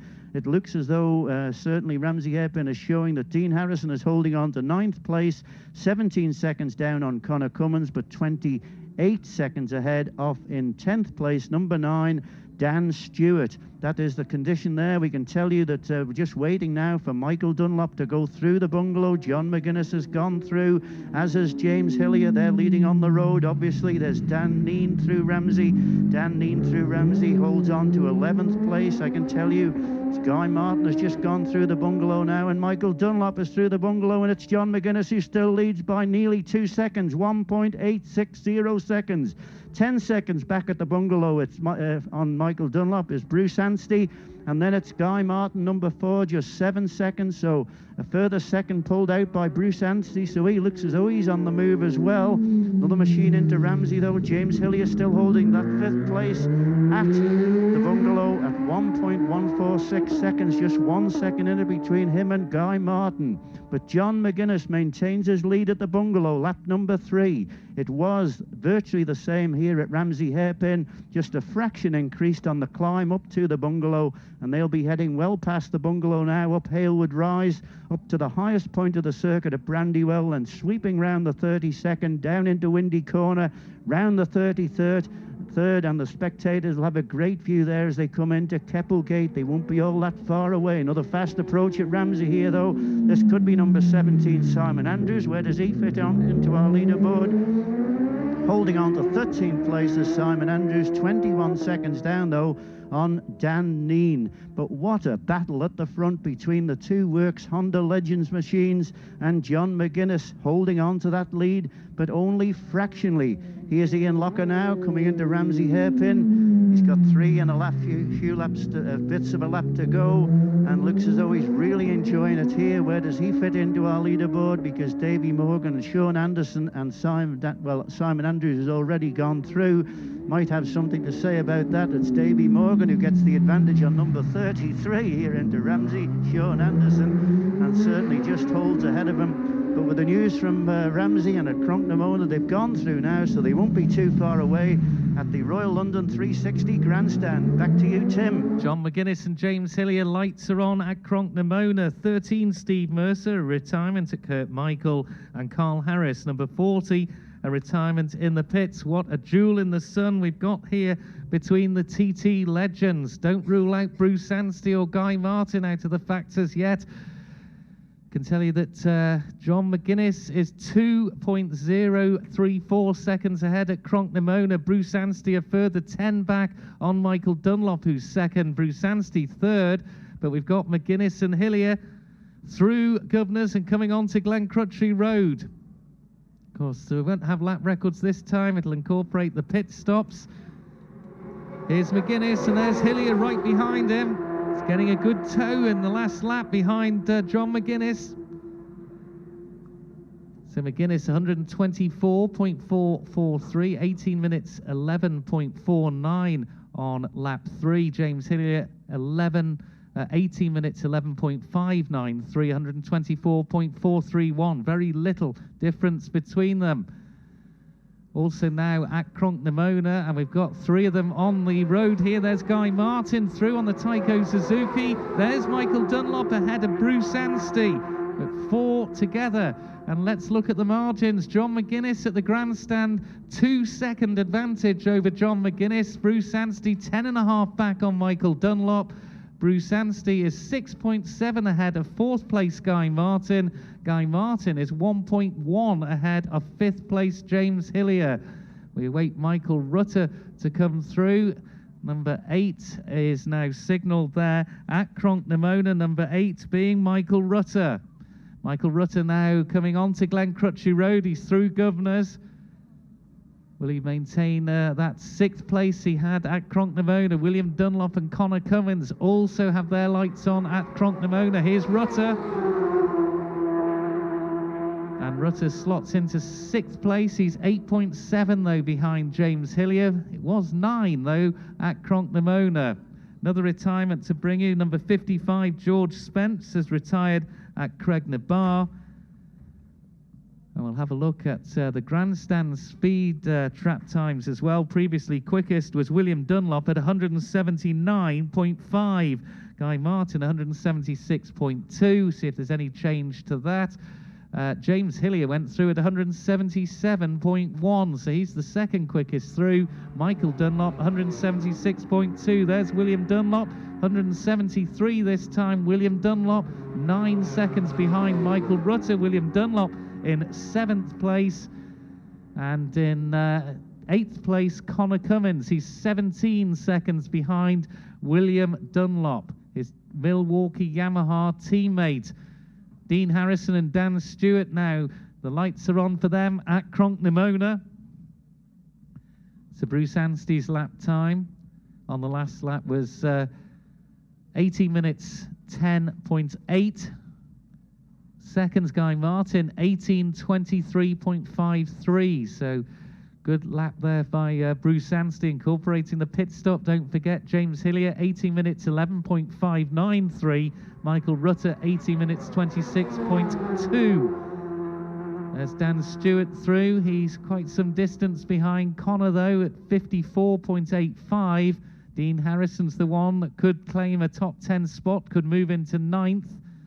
Number 14 will await him, and we've got Dan Neen through Cronknamona as well. And that is Dean Harrison into the 9th place. He is 25 seconds behind Connor Cummins. The gap between William and Connor between 7th and 8th is 17. So it's John McGuinness who leads Michael Dunlop by 2.055 seconds. Bruce Anstey in 3rd. He's 10.5 back on Michael Dunlop. Guy Martin is fourth. He's 6.7 behind Anstey. James Hillier is fifth, 1.16 behind Guy Martin. And in sixth place is Michael Rutter, 8.75 behind Hillier. Then it's William Dunlop, Connor Cummins, Dean Harrison and Dan Stewart. That's Dan Neen through on the Marks Bloom Racing Suzuki. Dan Neen is 11th behind Dan Stewart in 10th place. Speed times in the most recent crossings go there, 121 for Dean Harrison. Let's go to Glen Helen and Dave Christian. Yeah, thanks, Tim. Here's John McGuinness and James Hillier through, still together. James Hillier sticking with John McGuinness, and he will definitely start picking up speed there. The speed to average speed grandstand to here is 136.5 for John McGuinness, 136.3 for James Hillier. So James Hillier, if he just sits behind John McGuinness, he will start to knock off positions. And that will be a fantastic result for him after this morning's win. Here's another 2-3 fast-moving bikes together. Guy Martin, Michael Dunlop, Bruce Anstey in that order. And McGuinness still leads Glen Helen on lap 4. The advantage now over Michael Dunlop, 3 seconds. Bruce Anstey third, he is 10 seconds back on Dunlop, and James Hillier currently holding on to fourth place. He is 7 seconds down on Anstey, with Guy Martin fifth. He's 2 back on Hillier. We will have to see what other damage gets done to the top end of the leaderboard with William Dunlop and Michael Rutter yet. There'll be a couple of minutes before we get some action with those. I can tell you that on the Miggy Watch front, Dave Madsen Migdal is through Glen Helen on lap 3, so he is again moving ever closer to finish number 101. But for the leaders, there's a little bit of traffic up front. Here's Michael Rutter now. Rutter cleanly through here on his fourth lap. 6th place, so no alteration to the top 5. Just up ahead of the leaders, there is a little bit of traffic. I think 3 or 4 bikes. I picked 59. That's AJ Fenter come through here. But also up in front of Fenter are Neil Champion and Paul Duckett. And those guys will be, they'll need to be conscious of fast-moving traffic coming up behind them, because they'll get an awful shock when John McGuinness and James Hillier come roaring past them if they're not quite ready for it. And here is the first of the Milwaukee Yamahas. That's the number 11, William Dunlop. 7th place he drops into. Not too far behind him on the road, it's the big man, Connor Cummins, through here on his 4th lap. Drops into 8th place on the leaderboard. McGuinness, though, leads Dunlop by 3 seconds on this 4th lap of this 6-lap race.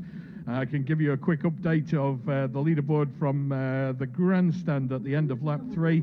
Making good progress up there was Stephen Thompson, number 20. Stephen Thompson, number 32, in 20th place, riding the People's Bike, so that's a good result for him. He is, I think, when we looked at the Glen Helen leaderboard from lap 3, which has now disappeared from the screen, I think Stephen Thompson was up to 17th here, which was a nice little run for him. John McGuinness, though, lap 4, leads Michael Dunlop. 3 seconds the advantage, but there are pit stops coming up. Stan Stewart comes through now. Stewart into 9th place on our provisional leaderboard, but I think Dean Harrison will be coming through shortly, as will Steve Mercer, and they may well affect that. Here is something going quick. It is Dean Harrison. He is cleanly through here on his 4th lap as well, and indeed he muscles his way in front of Dan Stewart into 9th place. 9th place he is, just 26 seconds back on 8th place Connor Cummins. 3 seconds the gap for McGuinness and Dunlop, though. We got more pit action coming up at the end of this lap, and again 3 seconds after 4 laps of this 37 3/4 mile circuit is negligible. So Bruce Anstey waiting in the wings in case anything goes wrong, but Bruce is going to have to watch himself, because coming up behind him in the tow of John McGuinness is James Hillier. He is only 7 seconds back on Anstey in 4th place. In 5th place, Guy Martin, the Taiko Suzuki, going well here today. He is just 2 seconds down on Hillier, but he won't have the advantage of a tow from John McGuinness. as Dan Neen goes through. Number 12, he is into 11th position, 37 seconds back on 10th place, Dan Stewart. So the place is up for grabs, certainly P1 and P2, but there's plenty of dicing lower down the leaderboard. As 16 through there, Dave Johnson, he moves into 11th place, just pushes Dan Neen down one spot. The fight between Bruce Anstey, James Hillier and Guy Martin for that remaining podium spot will play itself out over these final 2 laps with just a few seconds in between. A quick recap then of the top 10. John McGuinness leads Michael Dunlop by 3 seconds. Bruce Anstey is 3rd, he's 10 seconds back. James Hillier 4th, he's 7 back on Anstey. Guy Martin 5th, he's 2 seconds down on Hillier. In 6th, it's Michael Rutter, he's 11 back on Martin. In 7th, William Dunlop, 8 seconds back on Rutter. In 8th place, Connor Cummins, 19 back on William Dunlop. 9th, it's Dean Harrison, 26 back. And 10th, Dan Stewart, 34 back. Now back to the Royal London 360 commentary point at the grandstand. John McGuinness has increased the lead to 4 seconds at Ballaugh Bridge over Michael Dunlop, but interestingly at the Sulby Speed Trap, McGuinness looks to maybe have been held up by back markers. 165.3, Hillier's time down 2. Michael Dunlop's time through there, 189. But let's go to Ramsey.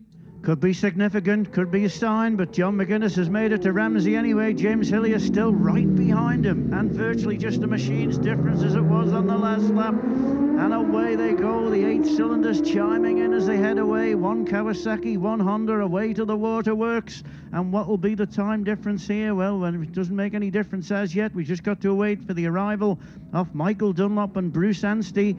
And there is a machine interview. This could be vital where the time was lost, 59 and 86 as they go through. 86 being James Hurrell, and the other one, and there's now Michael Dunlop with Bruce Anstey right behind him and Guy Martin right behind him. 1, 2, 3.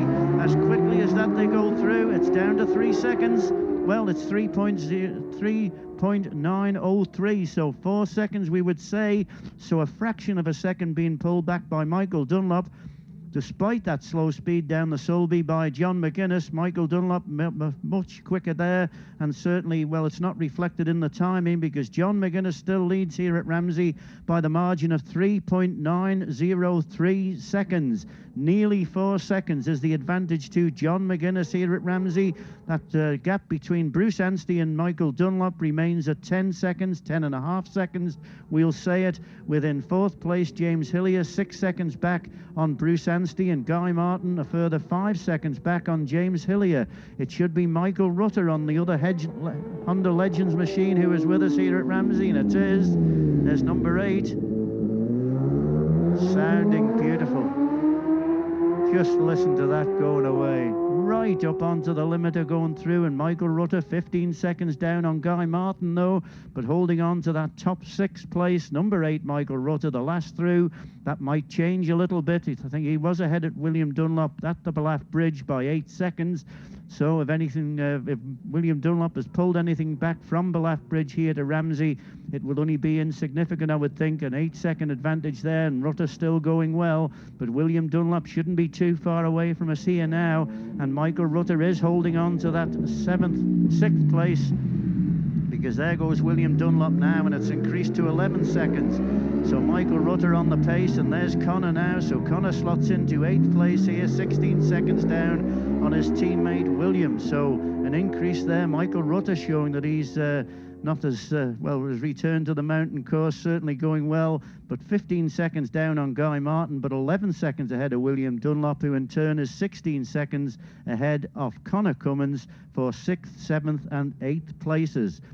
So that was Ramsey hairpin lap number 4. It's fuel again as they go in. We'll do a bit of switching about to make sure you don't miss that bungalow positions there to see what they are as they go through there. They won't be anywhere near there yet, I wouldn't have thought, but certainly it's going to be absolutely vital on the fuel this time round to see whether they can maintain that 4-second advantage for John McGuinness over Michael Dunlop. But we all know how quickly Michael Dunlop goes on that last lap, and it will be a flying lap as well. They're on their 4th lap now, pulling in for fuel. Another machine interview now, crackling on the exhaust as it comes through. That's number 9. Number 9 is Dan Stewart. So we've got Dan Stewart there holding on to that 10th place, but it'll all depend whether Dean Harrison can overhaul him. Yes, Dean Harrison is here now. Dean Harrison 33 seconds down in 9th place. On 8th place Connor Cummins, but he holds a substantial 36-second advantage over in 10th Dan Stewart. So no change there. I can tell you the lead is increasing at the bungalow. John McGuinness has gone through. Michael Dunlop is through. The lead now for John McGuinness is 5.356 seconds, and that 10-second advantage for Bruce Anstey, he's got to get back on Michael Dunlop, remains the same. That is just floating between fractions of a second after 10, and certainly Bruce Anstey lying into 3rd place at the bungalow, as he was at Ramsey Hairpin, with James Hillier holding on to 4th, 5 seconds down. So James Hillier has pulled a second back there on Bruce Anstey. Guy Martin through at 5 seconds, 5.938, nearly 6 seconds, holding on to 5th at the bungalow. And certainly, well, that's as it was at Ramsey Hairpin. But the lead for John McGuinness now, 5.356 seconds at the bungalow on lap 4. That machine going through there was that of Dan Neen, so David Johnson should be next on the road. And bang on cue he is, number 16. So where do they slot into our leaderboard? Well, they're behind Dan Stewart. In 11th place is David Johnson. He's 11 seconds down on Dan Stewart. Within 12th, number 12, Dan Neen, 30 seconds on David Johnson. But the lead at the bungalow for John McGuinness over Michael Dunlop, 5.356 seconds. What will it be down there in the Royal London 360 commentary position at the grandstand? Well, these modern-day knights in their shiny armour will be coming into Gasoline Alley for the end of lap 4. It will be the final 7-second difference now at Cronknamona. John McGuinness 7 seconds ahead of Michael Dunlop. The gap back to Bruce remains at 10. Bruce Anstey in 3rd. The klaxon sounds, and this will be McGuinness coming into the pits, and he's followed by James Hillier. What an education Hillier's had following John McGuinness around a couple of really fast laps. John McGuinness, we're waiting for the times just to come up. John McGuinness, we haven't got the time yet. We have now 131.127. Hillier 131.115. Back down to Chris. Well, I can tell you they came in together. They went out together at the end of the second lap, and they've been there the 3rd lap and also the 4th lap. But it's 7 seconds at Cronknamona. The gap between 6 and 5 was 10 seconds. The gap between 5 and 1 was 3.5, and between 1 and 4 was 6.3. So it's all tight at the front. 17, 20, 26 seconds covers the top 5 here. John McGuinness getting some fantastic encouragement. Michael Dunlop, Guy Martin, Bruce Anstey in here now. Bruce, of course, in that 3rd place at the moment. John gets the push. The crowd rise at the grandstand. Every time there's been an adjustment on that time that says John McGuinness is a bit further ahead, there's been a big cheer from the guys as James Hillier gets away, and he's going to follow him again for the next couple of laps. A new rear tyre going in for Guy's machine. Michael Dunlop in that 2nd place, 7 seconds behind John, but will that have changed after the pit stop? Michael Dunlop just throwing the water bottle away, just chucking that out of his way. The guy's marks on the rear wheel, gets the chain over the top. He'll be getting the spindle in any second, gives the rear wheel a bit of a spin just to make sure that it's clear and everything up to thing, and then he gets a little, what would you call that? I don't know, it's like a little, like a ratchet just in there, then gets the torque wrench, and the torque wrench, the little socket fell off the end of the torque wrench, that fell on the floor. Quick change, he's got it on again, and everyone has left. It's been an early but a good pit stop there by all the crews. But Guy Martin maybe lost a little bit of time as Michael Rutter comes in, just dodge out of his way, and that is all going to change. But Michael Rutter, 1, 2, 3, 4, 5, 6, round about 6th position. But Tim O'Hanlon working on those times. It was, what did we say? It was 7 at Cronknamona. As they came over the line, Tim will give us that. But through the pit stops, Tim, I give you 11 seconds after the pit stops, because Michael had a bit of trouble there coming out, so he's lost a few seconds. So 11 seconds, I can't see getting that back in 2 laps. And what about the others? Anstey, do you want a bit of time? Yeah, Anstey was 7 seconds behind Michael Dunlop, and Hillier 5 seconds behind Anstey, and then Martin 11 seconds behind. Yeah, he's done that all in his head. Who's in here at the moment? It is Michael Rutter's in there at the moment. 2 more machines. That's the 2 Milwaukee boys, is it? It's number 11 that comes in first, and William in that position at the moment. 1, 2, 3, 4, 5, 6, 7, 8 as Rutter goes away, and here's Conrad in, playing around with the left-hand side, just getting on that speed limiter. Take it nice and steady, 60 kilometres an hour. But what's left in this race? Is it 11 seconds going to be too much to crawl back? You never know. Tim? Just remember those Super Sport last laps and the Super Stock last laps, and you'll know what Michael Dunlop can do. But fascinating and interesting, to say the very least, down there in pit lane. And John McGuinness is just as cool as a cucumber on that bike while everyone around him works away. So the gap coming in, it was 6 seconds to John McGuinness, the lead. So Dunlop had just taken a second out between Cronknamona and the grandstand. At the grandstand before the pit stops, Anstey in third, 11.2 back. Then it was Hillier, Guy Martin, Michael Rutter and William Dunlop in seventh. Connor Cummins in eighth. Give you the pit stop times. John McGuinness 51.335. Ben Wiley, yes, 51.504. Good time for him. Bruce Anstey 52.957. Difference between McGuinness 51.3 and Michael Dunlop 54.9. So nearly a second and a half gained by the 19-time TT winner over the man who's won 4. One retirement we didn't have time to tell you about ages ago now. Jamie Hamilton, confirmation he retired at the pits. There's just been no time to give these out.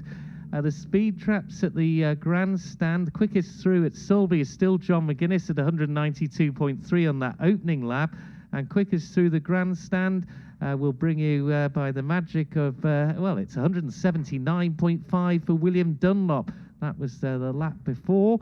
James Hillier 177.1, Guy Martin 176.6, Michael Dunlop 176.2. McGuinness is quickest through here, 174.8. So lower down, William Dunlop we had in 7th, Connor Cummins in 8th, Dean Harrison in 9th, Dan Stewart in 10th, David Johnson and Dan Neen coming in for their pits, their lights on at Cronknamona. That's bikes numbers 12 and 16. Also Simon Andrews now at Cronknamona. But we're going to have Dan Neen and David Johnson now, numbers 12 and 16, into the pits to refuel. But let's go to Glen Helen and Dave. Yes, thanks, Tim. Welcome back for lap 5. There is no sign as yet, but the crowd do start to look down the road as a fast-moving bike approaches, and a little flick to the right, into the left. That's John McGuinness and James Hillier in tandem. There is some traffic up ahead of them, though. Paul Duckett and Neil Champion not long through, so they'll be catching them probably on the run in towards Balaf, I would think. And just ahead of Paul Duckett and Neil Champion, also Eric Wilson is there. So there is some traffic up ahead. That may well disappear depending on when the second wave through of Michael Dunlop, Bruce Anstey and Guy Martin catch them. Because remember, Duckett, Champion and Wilson will all have to pit at the end of the lap. Here are some fast-moving machinery, though. It is the trio. Anstey first on the road, followed by Michael Dunlop. Oh, and they have caught some traffic. That's AJ Fenter through on number 59. Guy Martin in through behind Fenter.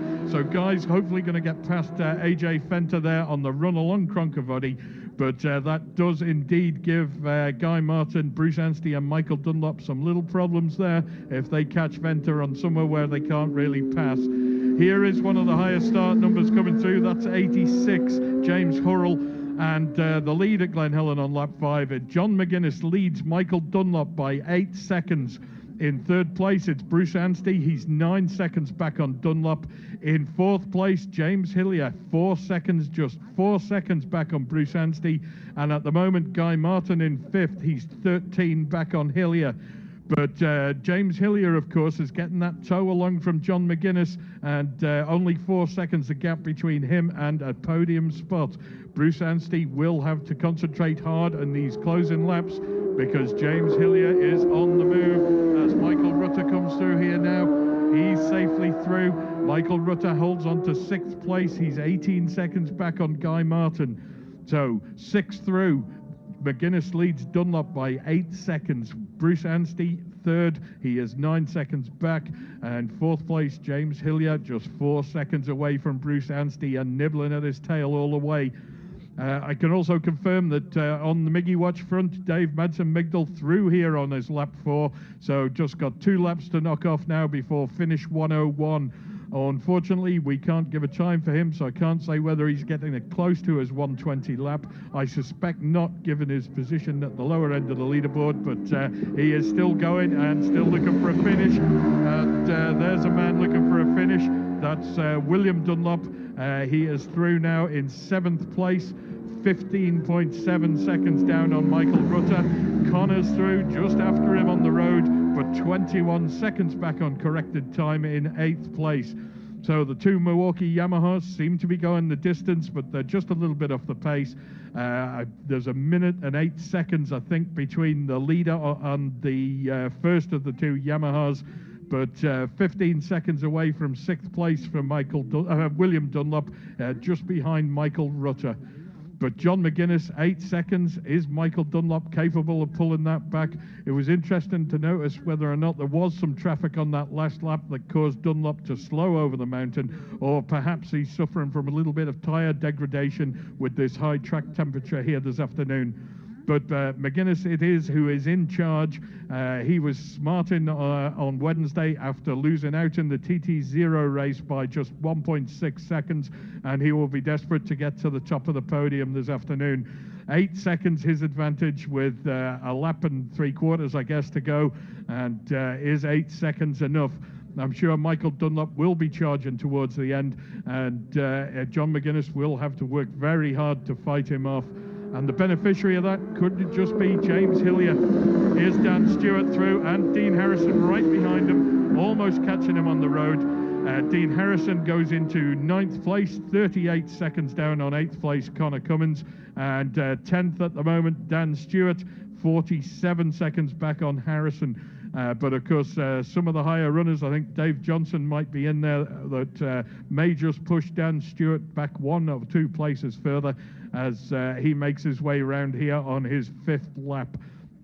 James Hillier, though, is looking to be the beneficiary, with sticking with John McGuinness basically since McGuinness passed him on the opening couple of laps. James Hillier has gradually nibbled his way up the leaderboard, and now into the top 5 with just 4 seconds away from a podium position in the senior TT. What a carrot that is dangling in front of him. Lap 5 then at Glen Helen. John McGuinness leads Michael Dunlop by 8 seconds. Bruce Anstey 3rd, 9 down on Dunlop, and in 4th place James Hillier just 4 seconds away from a podium. And now back to the Royal London 360 commentary point at the grandstand. Still busy down in pit lane with the refuelings for the final 2 laps. Ballaugh Bridge, John McGuinness 8.3 ahead of Michael Dunlop. Michael Dunlop is 9.7 ahead of Bruce Anstey. Bruce Anstey is 3.02 ahead of James Hillier. What a red letter day this could be for James Hillier. He's won a race and now he's following the legend round. Let's go to Ramsey and Roy Moore. Yes, following the legend round and looking for a podium place with only 3 seconds in it, but we're not interested in that. We want to know what the position is here at Ramsey, and it looks as though John McGuinness is still ahead on the road, about 2 machines length, but James Hillier is good on the brakes into Ramsey. But John McGuinness just about the same as they were before and round, and exactly the same line as they go away. Chimed them in and round, and certainly the lead at Ballaugh Bridge being 8 seconds. We'll be having to wait a couple of minutes, well, not a minute, about a minute, I would imagine the difference between we get here to find it. It's 20 seconds. There's one that I think that is number 66 that they have passed here. That's Paul Duckett, local rider Paul Duckett, who is Manx Grand Prix winner of the past, and number 77 is here with us now by the look of it. Yes, so they might get in the line. Neil Champion, because they're here, Michael Dunlop and Bruce Anstey, exactly as they were on the last lap. So what is the difference here at Ramsey? No change. 8.223 seconds. So no difference. There's Guy Martin through now. So Bruce Anstey has dropped a second on Michael Dunlop from the run from Ballaugh here to Ramsey, but the lead is still being maintained at that 8 seconds by John McGuinness over number 6 Michael Dunlop, who in turn holds that 10.5 second advantage over Bruce Anstey.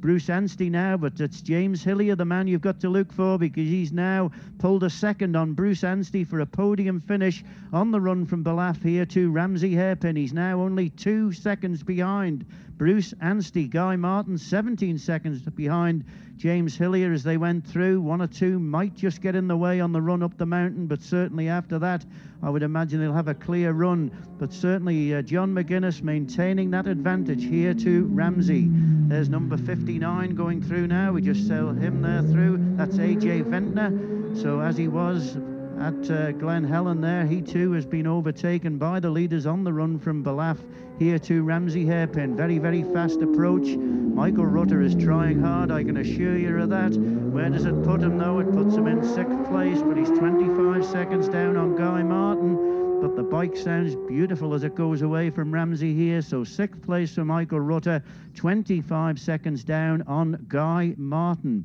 So the lead being maintained. Has Michael Dunlop got any answer to the Morecambe Missile, as he's affectionately known, as number 86 is here with us now?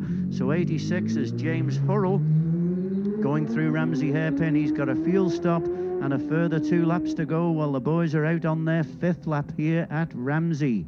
So we'll be able to give you the bungalow times. I would imagine they'll be well up the mountain miles, sweeping round the mountain box as into Ramsey comes William Dunlop.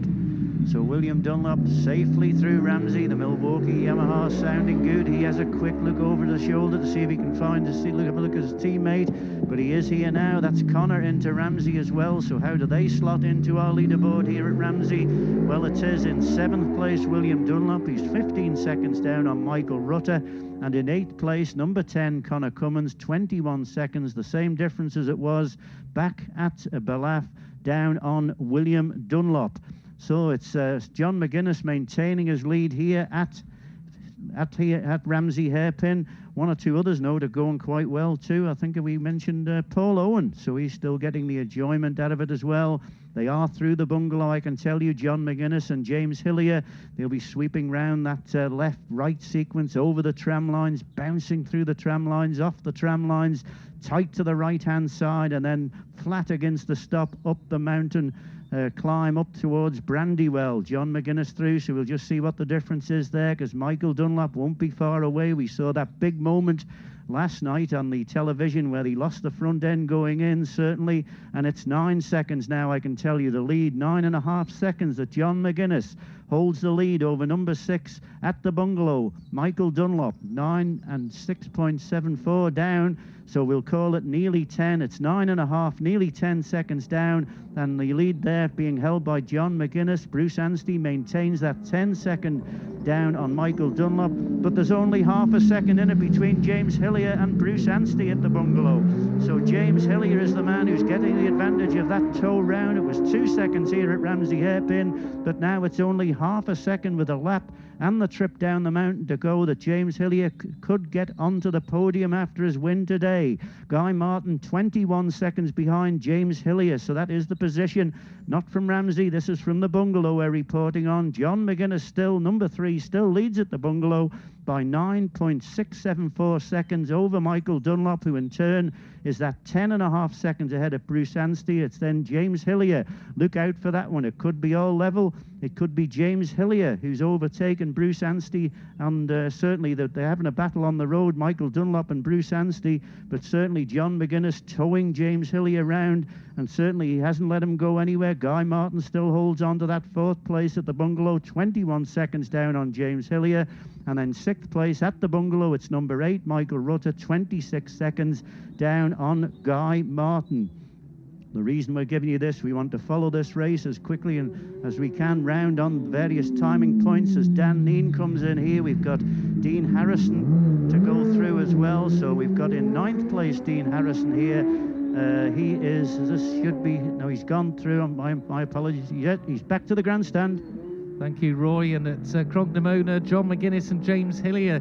You can hardly separate those two this afternoon. The lights are on. Paul Owen, a 30-second speeding infringement in Gasoline Alley, number 45. Extraordinary race. We've had 4 laps in excess of 131 and 13 in addition to that, in excess of 130. Dave Madston Migdal not made the 120, 118.24 on lap 2. Hillier and McGuinness are through Governors, coming now onto Glencrutchery Road. They're going to flash past the grandstand. The gap's still 9.8 at Cronknamona. What's it going to be at the grandstand? There's McGuinness, there's Hillier. And we wait for, obviously, Michael Dunlop to now come through. 125.2 for McGuinness. Hillier went quicker, 125.3. So at Cronknamona, we've got Bruce Anstey, we've got Michael Dunlop, and also Guy Martin. Guy Martin fading somewhat, but when you've got in 4th place James Hillier going as quickly as John McGuinness, the leader, no wonder he's putting pressure on Bruce Anstey. 5 and 6 now indicated. That's Anstey and Dunlop coming on to Glencrutchy Road. There's Dunlop, there's Anstey. And the gap then at the grandstand, 9.8. It holds station between Cronknamona, the 1.1 mile run down to the grandstand. But James Hillier is into 3rd place above Bruce Anstey. John McGuinness leads by 9.8 ahead of Michael Dunlop. Michael Dunlop is 10.5 ahead of James Hillier. James Hillier is 0.16 ahead of Bruce Anstey.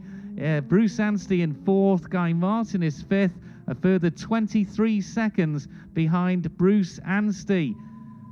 What a day this is for the man from Bournemouth, the 28-year-old. He's getting a lesson, apex to apex, from John McGuinness, the master of the mountain. He's followed him round now. This will be the 3rd lap in a row following McGuinness, and he's getting quick, he's getting that toe, and he'll be gaining confidence. He's got that win this morning in the lightweight. James Hillier, could he be on for a podium at the PokerStars Senior TT? Looking up, we can see that number 8, Michael Rutter, is now indicated, the 3rd of the Honda TT Legends riders, as coming down Glencrutchy Road. That'll be the next machine we see. Here he is, Michael Rutter. Completed the hat-trick of TT0 wins, 3 in a row for Michael Rutter this week. Michael Rutter slots into 6th place. He's 27 seconds down on Guy Martin. They're on their last lap. Goodness knows what the times are going to be here with all the 131s and the 130s. If they keep going, it's almost guaranteed to be a race record, such as the speed we're seeing here in the PokerStars Senior TT. The jewel in the sun between the TT legends. John McGuinness definitely has the advantage. 9.8 the lead now at the grandstand going into the final lap. But just remember, those laps Michael Dunlop produced, the extraordinary Superstock last lap, and he did it again in the Supersport. But this is a bigger ask against the 19-time TT winner, John McGuinness. He's got his race face well and truly on today. He wants to get that 20th TT win. He's on his way, but Michael Dunlop, what a duel they're having. So, the lap times we can give you. John McGuinness, 18 minutes 4.279 for that lap 5, including, of course, the pit stop at the end of lap 4. Michael Dunlop, 18 minutes 8.025. James Hillier, 18 minutes 4.015 seconds. Bruce Anstey, 18 minutes 7.412 seconds. Guy Martin, 18:21.071 seconds. Michael Rutter, 18 minutes 29.228 seconds. William Dunlop, 18 minutes 32.721 seconds. Connor Cummins, 18 minutes 36.853. But John McGuinness, 125.2. James Hillier behind him, 125.3. Anstey, the battle there for the podium in 3rd. Anstey's time, speed 124.9. Let's go to Glen Helen and Dave Christian. Yes, welcome back, Tim. Just in time, there's John McGuinness and James Hillier again together on the road. Hillier's showing he's got a wise head on young shoulders there. His lap 5 was actually the fastest lap And there we have 83 through, so there is a little bit of traffic around. That was Graham English, and I think up ahead we'll also be seeing Mark Miller and Nuno Catano. So there is a little bit of traffic ahead. That's going to help and hinder. It may help with that chasing pack for John McGuinness and James Hillier, but could of course hinder them at the same time. There's 64, Miggy Watch and Dave Madsen Migdal through here on lap 5. One more to go, but here come the cavalry. And there is traffic, 38, 6, 5 and 79. So in amongst all that, Michael Dunlop and Bruce Anstey. And Michael Dunlop now is in second place, but the advantage is 11 seconds. 11 seconds between John McGuinness and Michael Dunlop as they start encountering traffic on their last lap. Guy Martin through here now. He's into 5th place. James Hillier does indeed hang on to 3rd. He is only 0.3 of a second ahead of Bruce Anstey, though. John McGuinness leads Michael Dunlop by 11 seconds. In 3rd place, James Hillier. He's 10 back on Dunlop. And in 4th place, Bruce Anstey, just 0.3 of a second down on James Hillier. What a ding-dong those two are going to have for that final podium place. But James Hillier put in a lap of 125.3. That was the fastest lap 5. So he has definitely made the right move by tucking in behind John McGuinness, letting the master show the way and reaping the benefits as he nicks past Bruce Anstey with just 1 lap to go. So 0.3 of a second. We've got 3/4 of a lap to go. Can Anstey make it back? 56 through there, Eric Wilson, as we do start to get into the traffic. Can also let you know that Sean Anderson pulled in here a short while ago as Michael Rutter comes through on his last lap. Michael Rutter through in 6th place, 26.5 seconds down on Guy Martin. Yeah, number 33, Sean Anderson, he pulled in here a little while ago. He hasn't left yet, so I'm guessing that's a retirement. That will be a bit of a boost, though, for the people who are lower than the 16th place he was holding. Ian Locker will benefit in his last TT race. He was holding on to 18th place at the last we checked. And also up into 16th is Stephen Thompson on the People's Bike, number 32. So there are some good rides being put in lower down that field. It's not all about the guys up front as Paul Duckett comes through here. He has another lap and 3/4 to go, though. All the action up at front with John McGuinness, Michael Dunlop, James Hillier. There's William Dunlop. 7th place for William Dunlop, 7th place for the Milwaukee Yamaha. Well, that means the big fella can't be too far behind them either. They weren't too far apart on the road. Here is something moving fast. It's red and white. It is the Milwaukee Yamaha of Connor Cummins. And Neil Champion through, number 77. Just a little bit of traffic there for the Yamahas to deal with. Dunlop and Cummins at the moment, 7th and 8th place respectively. But McGuinness leads on the last lap by 11 seconds from Michael Dunlop. James Hillier 3rd. He's 10 back on Dunlop. In 4th place, Bruce Anstey. He's 0.3 back on Hillier. In 5th place, number 4, Guy Martin, 27 seconds down on Anstey. In 6th place, number 8, Michael Rutter. He is 26 seconds down on Martin. In 7th, William Dunlop, number 11. He is 18 seconds back on Michael Rutter. And in 8th place, number 10, Connor Cummins, 26 seconds back on William Dunlop. We'll just scoot down the road a little bit and see how the guys are doing at Bluff Bridge. And at Bluff Bridge, the gap is now 12 seconds. John McGuinness pulled an extra second out on Michael Dunlop. So McGuinness leads up Bluff. He is 12 clear of Michael Dunlop. James Hillier still 3rd, 9.7 back on Michael Dunlop. And Bruce Anstey still 4th, just 5/10 of a second down on Hillier. That was AJ Fenter through on number 59. Again, he's been lapped. He's got a lap and 3/4 yet to go. But that gap, John McGuinness is holding steady, eked out in the thick end of a second between Glen Helen and Bluff as two quicker moving machines approach. That's Dean Harrison and Dan Stewart on the road together. Let's have a look and see where they go. 9 and 10 respectively on the leaderboard. Dean Harrison into 9th, 51 seconds down on 8th place Connor Cummins. And in 10th, it's number 9, Dan Stewart, who is 50 seconds further back on Dean Harrison. So it looks like John McGuinness on pole position to take a win in this senior TT. and extend his great run of wins on the Isle of Man, picking up a win every year for the last several. 86 comes through here now. That's James Hurrell. Again, he's got a lap and a bit to go, but Michael Dunlop, unlucky, he couldn't make it 5 out of 5. But he hasn't half given it a good go, and still 11 seconds back. He's there to pounce if there's any problem at all for John McGuinness in the final 3/4 of a lap. Lap 5 then, Glen Helen. The leaderboard is John McGuinness leads Michael Dunlop by 11 seconds. James Hillier third. He is 9 seconds back on Dunlop. In fourth, it's Bruce Anstey. He's 0.3 of a second back on Hillier. And in fifth place, Guy Martin, 27 seconds down on Bruce Anstey. And now back to the Royal London 360 commentary point at the grandstand. At the Sulby Speed Trap this time around, John McGuinness 190, Michael Dunlop 188, quickest overall. Opening lap, John McGuinness 192.3. William Dunlop's that Milwaukee Yamaha's a rocket ship, 191.2. That is the one quickest through here. So is it McGuinness? Is it Dunlop? We're about to get the answers here. We'll get them first, an indication at Ramsey Hairpin.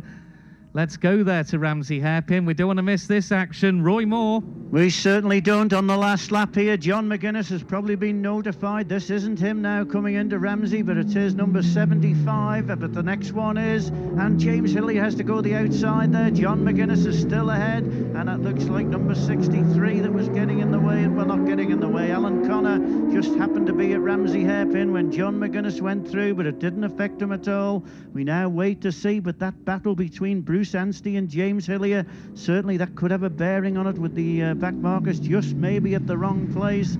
Number 42 isn't hanging about, and when you see their lap times after, and 87 is here, that's Nuno Catano, I think, and number 42 is Mark Miller.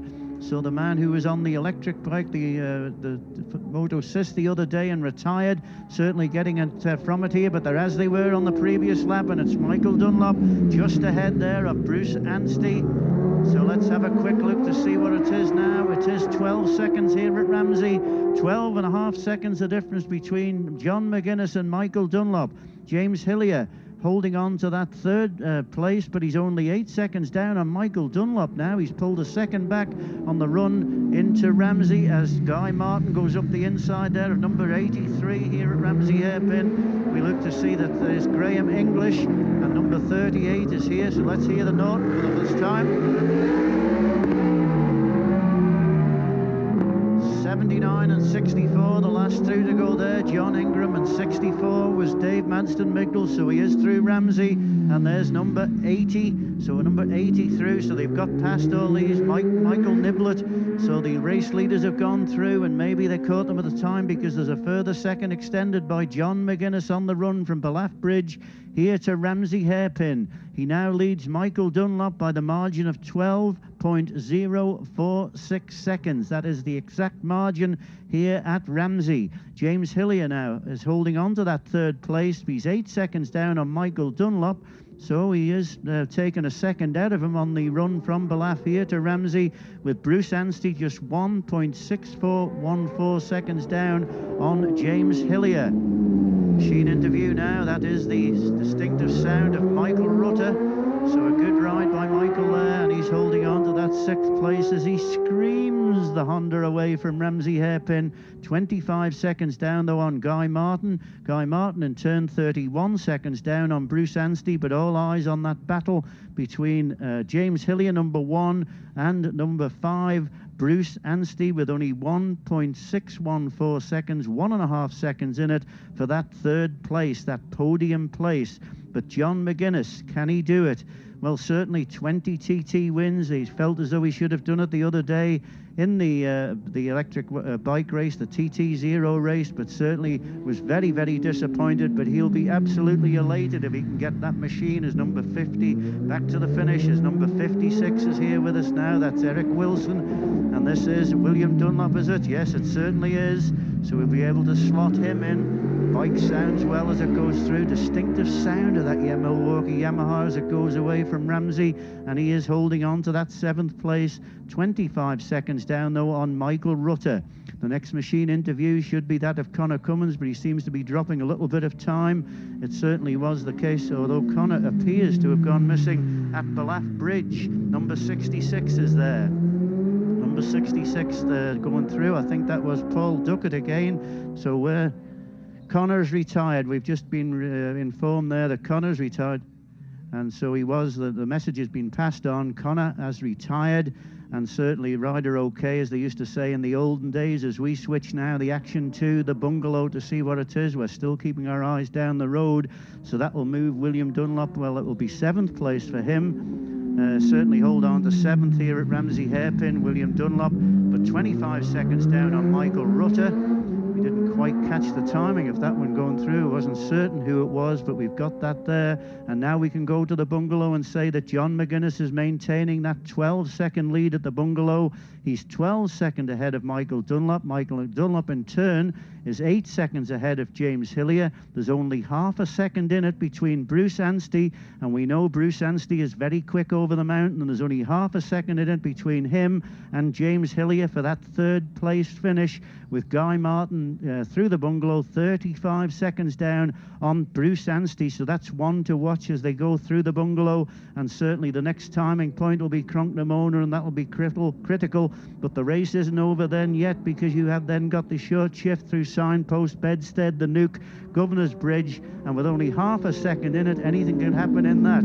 This is Dean Harrison and Dan Stewart through. So where do they fit into Ramsey? Well, they fit into 8th place for Dean Harrison. He's 1 minute and 23 seconds down on William Dunlop. In 9th place, number 9, Dan Stewart, 50 seconds down on Dean Harrison. So that completes the top 9 through Ramsey, with the action now through the bungalow, and certainly on this last lap. Well, we knew it was going to be good, but we didn't expect it to be this good. 1 or 2 retirements in the early stages. Certainly Gary Johnson set the pace early on, but the old master, if you can call it that, took over, and John McGuinness leads. They're at Cronknamona, back to the grandstand. Yeah, John McGuinness at Cronknamona, and James Hillier is keeping toe with him. Cracking performance by Hillier, but it's all going to be about John McGuinness. If he makes it now, that 1.1 mile from Cronknamona, he is going to get his 20th TT victory. We'll have to keep an eye on the lap speed and time as well. All eyes on the lap records for the senior, and also the outright lap record. Will we have that as well, just to complete the day? McGuinness won't care about that. All he's interested in is the win. The gap is at 10.5 between Dunlop and McGuinness at Cronknamona. 10.5 lead for McGuinness. Let's look for McGuinness now. Looking up Glen Crutchley Road, the clapping starts. There's Hillier, there's McGuinness, the master of the mountain. John McGuinness wins the PokerStars TT. The senior TT, his 20th TT victory. He'll be making his 41st trip to the podium, more than anyone in history, and a top step as well. Congratulations to the Morecambe missile. No lap record, 131.165. Hillier, 131.386. Michael Dunlop and Bruce Anstey now are coming on to Glen Crutchley Road. This will decide 3rd when we see Anstey. Dunlop's going to have the 2nd place. Applause for the 4-time winner. Now Anstey's gone through ahead of him. And let's see who's got 3rd. Anstey gets 3rd. Anstey is just 0.9 ahead. Let's go to Chris. John McGuinness is here, and I think it is confirmed Anstey's 3rd. I think he is. I think Hillier's going to be 4th. Oh, well, disappointment for James, but here we go. The man is making his way back up the return road. Win number 20. A lot of people doubted him all week. So many phone calls for interviews from people saying, is John McGuinness finished? Is John McGuinness finished? And I said, nah, let's get the senior out of the way first. Let him do the business. He's making his way up that return road, and that grandstand which is down there is absolutely packed. So John McGuinness wins from Michael Dunlop and Bruce Anstey on that podium yet again. That Marty Marlowe comes in and all the gang, they'll be happy with that. And what sort of reaction is John McGuinness going to get? There's Becky, there's the kids ready to rock. Here we go, he's here.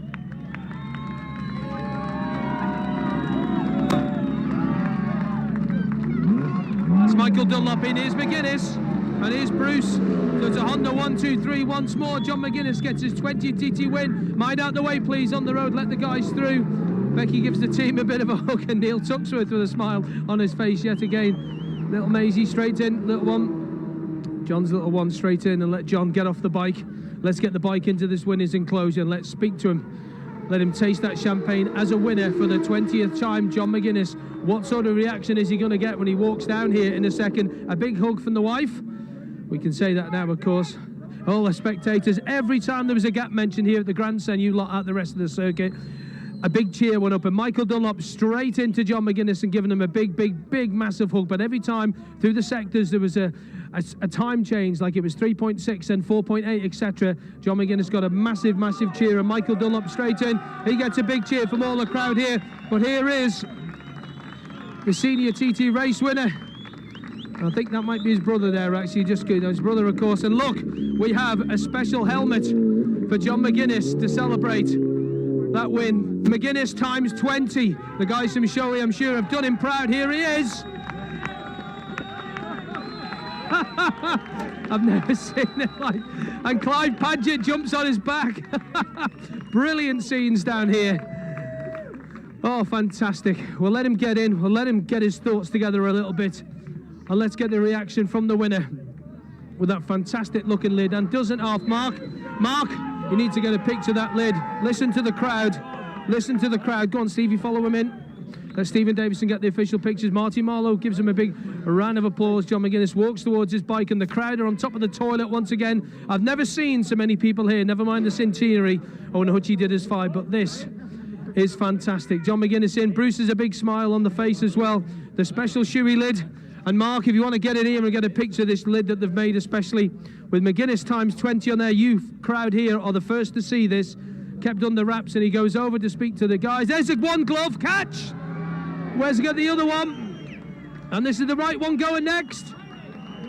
Catch, good catch, that man, girl, woman, person. We'll let him take this lid off. There's the D strap under. Do you want a minute? Nah, nah.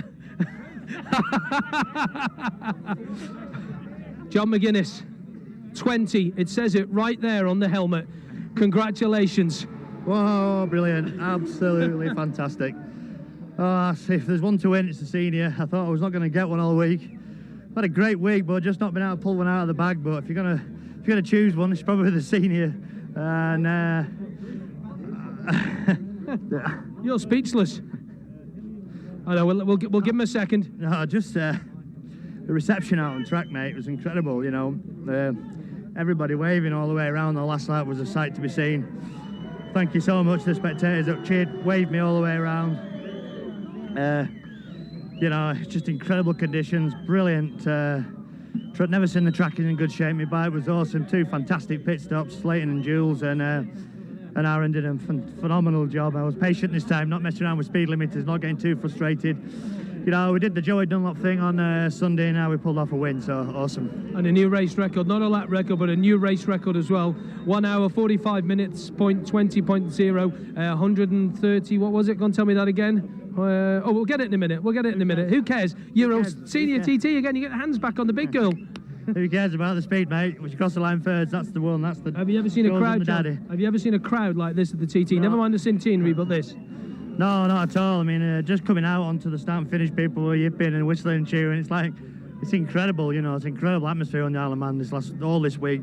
You know, lap records been smashed, race records been smashed. You know, it's a Honda 1, 2, 3 again, Honda Legends team.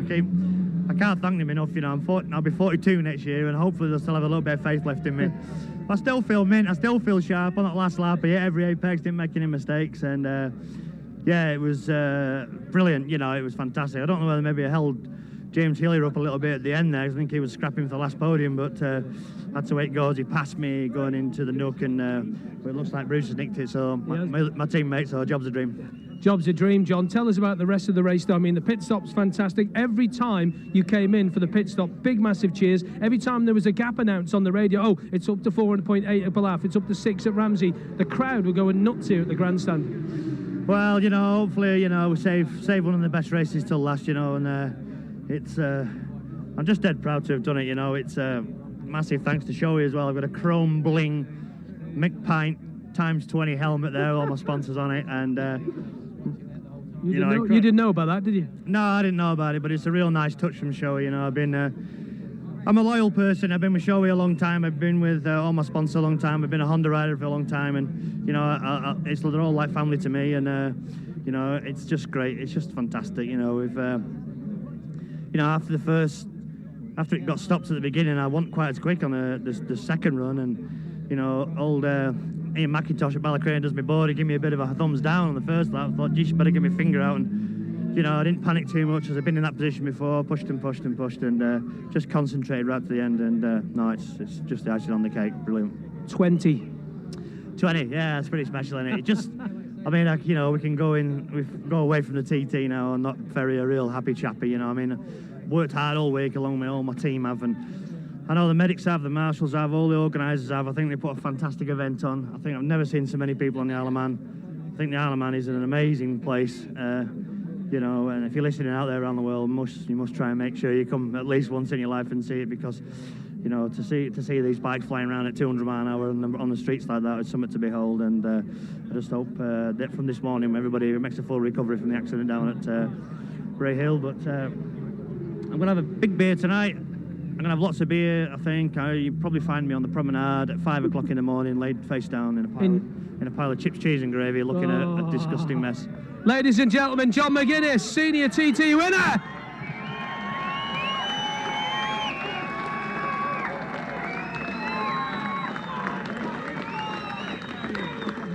Well, that says it all, doesn't it? Ring its neck, McGuinness. It says gas on as well. You see the little signs up there. And a big round of applause, and let's jump in and have a word with Michael if we can. Wasn't to be the 5, but hey, 4 wins in a TT week, Michael. Incredible. Yeah, it was a good run. I really enjoyed that race. John rode lovely today, and that's the long and the short of it. What about the battle you and Bruce having on the road? Bit of crack, bit of fun, trying to get past each other here, there, and everywhere.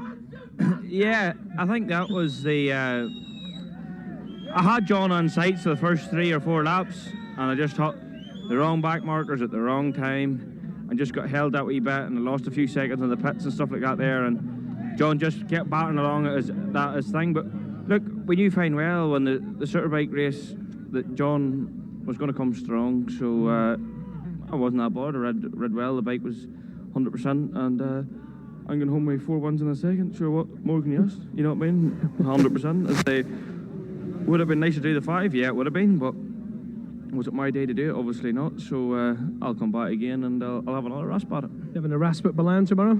I don't really. I don't think so. The 600s and bits there, so I doubt.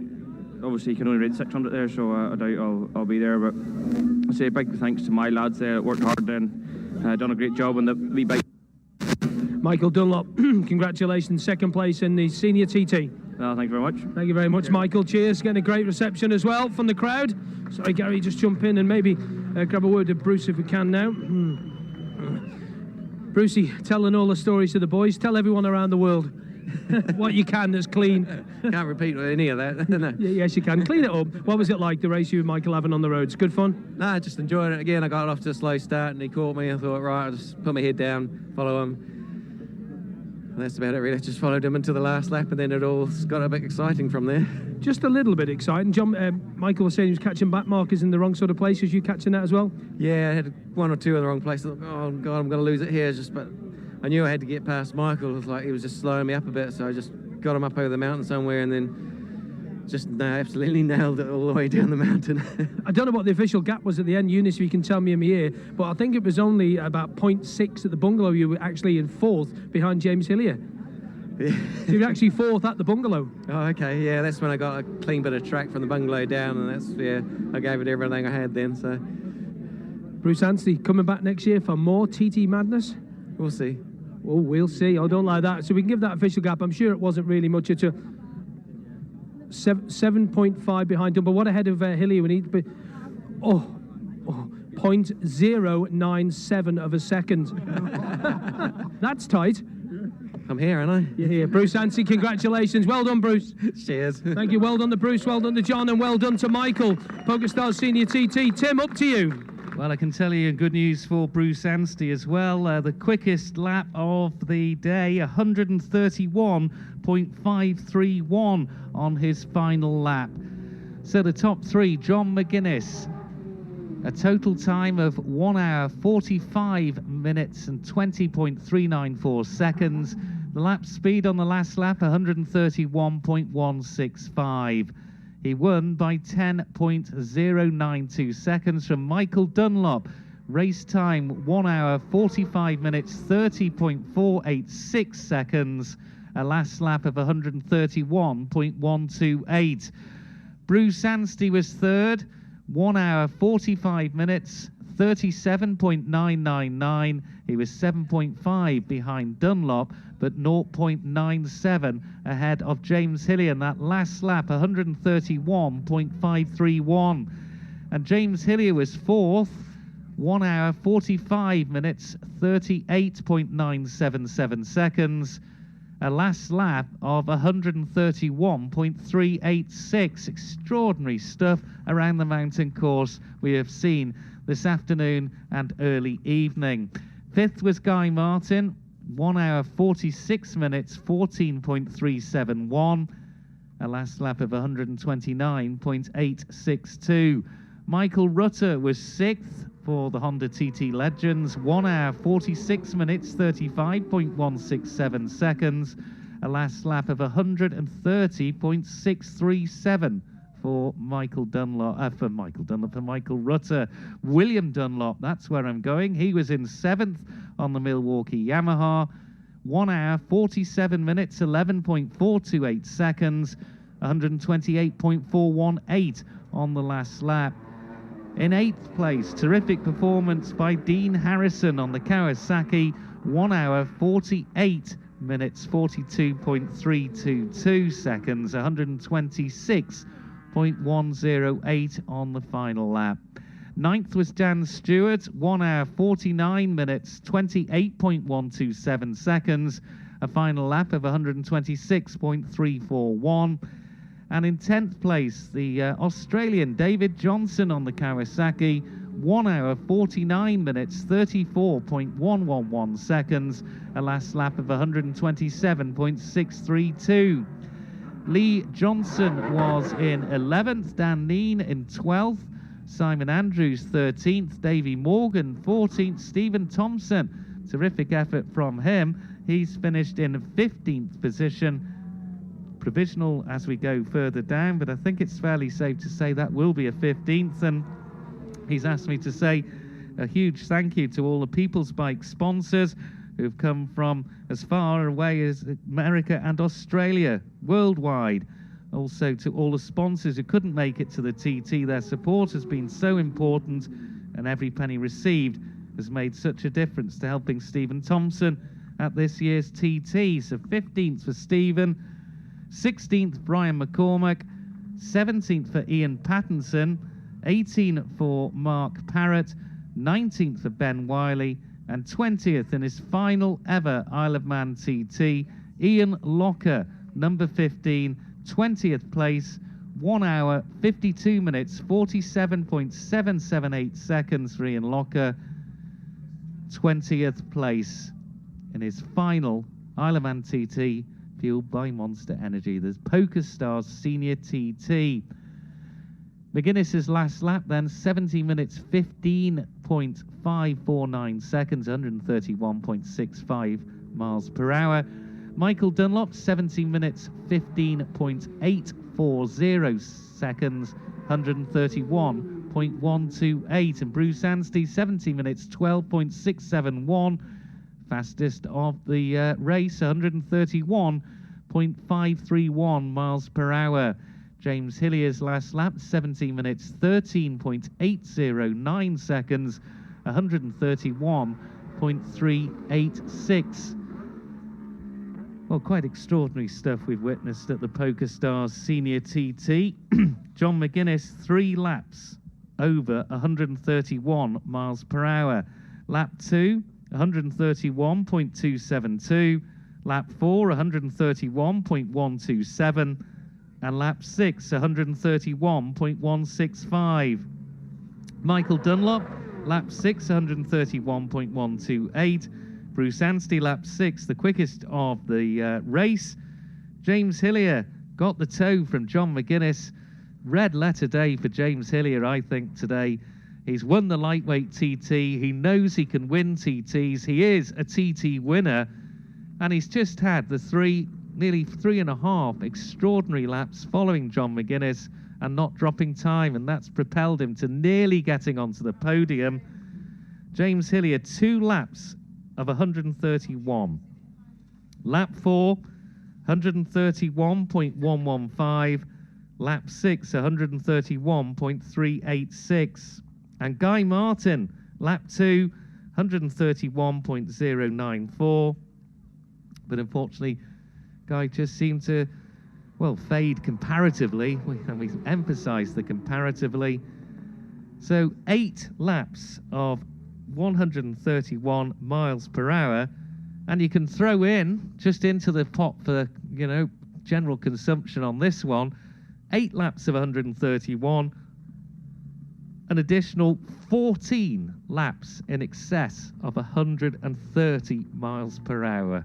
Unbelievable speeds we've seen here today around that 37 3/4 mile fabled track, the mountain course, the TT mountain course. Incredible race, incredible speeds, and an incredible win by John McGuinness, his 20th win of his career.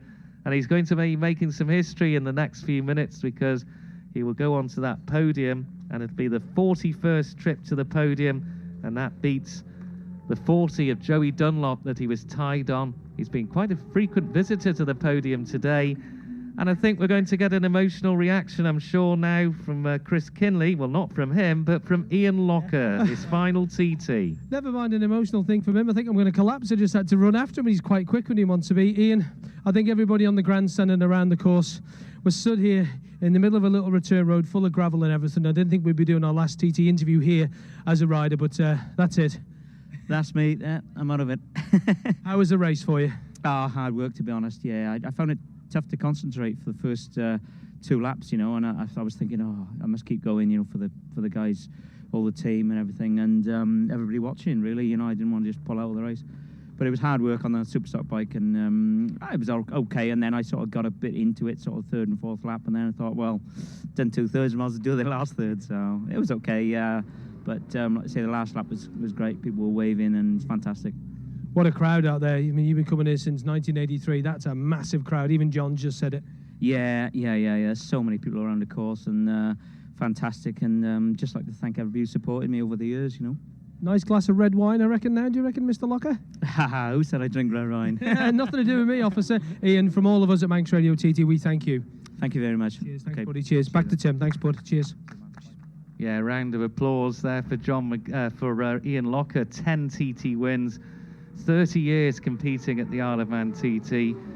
What a servant he has been to road racing.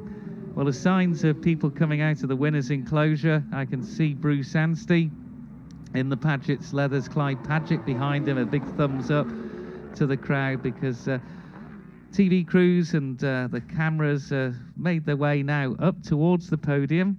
The riders will be following suit along with the officials, and we will get a huge reaction, I'm sure, from the grandstand to 3 worthy riders that are going to be on the rostrum. Sympathy for James Hillier, but I think he will have learnt an awful lot from this year's TT, and will be back stronger than ever next year. He's arrived his 6th year at the TT, but it's about the top 3. We're going to see John McGuinness, Michael Dunlop. Let's not forget those 4 wins. How can we forget the 4 wins in a week, equaling Philip McCallan? 2 Northern Irishmen, the only 2 to record 4 in a week. Ian Hutchinson went to get 5, of course, in 2010. We think Ian Pattinson was on the is finished in 17th position. Ian Pattinson, just looking at the sheets, number 23. Ian Pattinson, yep, that is confirmed 17th place. I'm looking at Ian Pattinson. We're looking at Ian Mackman. I haven't got him on the screen at the moment. Ian Mackman is 24th. And Hegarty, Daniel Hegarty, 36th. So both the Nortons have finished the senior TT. Congratulations to Stuart Garner and all the crew down there in the Norton awning. There'll be great celebrations there, and there's going to be great celebrations on the podium as well. Bruce Anstey has his ice cream. Reward from Annie, or was it Clive that got that in for him? Michael Dunlop is now making his way forward, and we can see photographs being taken. A fantastic meeting for Michael Dunlop. 4 wins, won both the Supersport TTs, won the opening Superbike TT, and that super stock ride, well, I don't think I've seen a last lap like that, and I probably won't see one like that again. Absolutely phenomenal what he achieved on that last lap. 3.5 seconds on a stocker away from the outright lap record. So the 24-year-old from Ballymoney can hold his head very high indeed here. It's been a life-changing experience for Michael Dunlop, and he has lived up to that Honda TT Legends tag, and how. So there's just one man here to complete the party, and no wonder it's taking time, because he will be in such demand now as a 20-time TT winner. John McGuinness wasn't too happy, I think, particularly after he didn't win the TT0 race. That really seemed to get to him, that Michael Rutter, his good friend, they are good buddies, both 41 years old. That really ate at him for some reason, and Rutter had really caught him there on that, and that last lap where he just sped away from him after McGuinness had worked so hard to get there, and the expectation that Mugen would outwit Motorsis. I've never heard him so down in the winners' enclosure being interviewed, but I can now see John McGuinness in the Isle of Man TT Honda Legends leathers, making his way up. Becky, his wife there, and Maisie, Ewan as well. He's just posing for a few photographs. There'll be plenty more of those in the coming hours and days ahead. Well, after the presentation, the PokerStars backboard is on that rostrum now in front of the grandstand, right in the centre of pit lane. And very fitting that we've got the biggest trophy of all, the senior trophy, and there is that depicted on the lower part of the rostrum. But the senior TT, the biggest prize of all, is about to be handed out. Michael Dunlop and Bruce Anstey very patiently waiting here in pit lane, but John McGuinness was able to walk freely because all the attention was earlier in the week on Michael Dunlop, but it's McGuinness's turn now to be really under the spotlight, and he's being interviewed at the moment. That's really for the press conference, but it's holding matters slightly up here, but who cares? We've got all evening. We have got all evening. What a day we've had.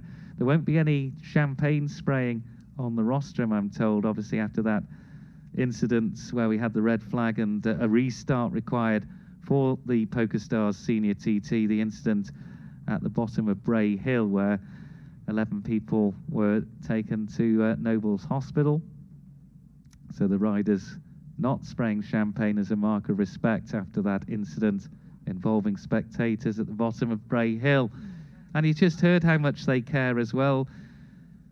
You know, people have accused them of being lunatics going around this mountain course. Not at all. There was a real heartfelt warmth and sympathy to the people after they'd heard what had happened. We heard that in the pre-race restart interviews up there in Parc Fermé.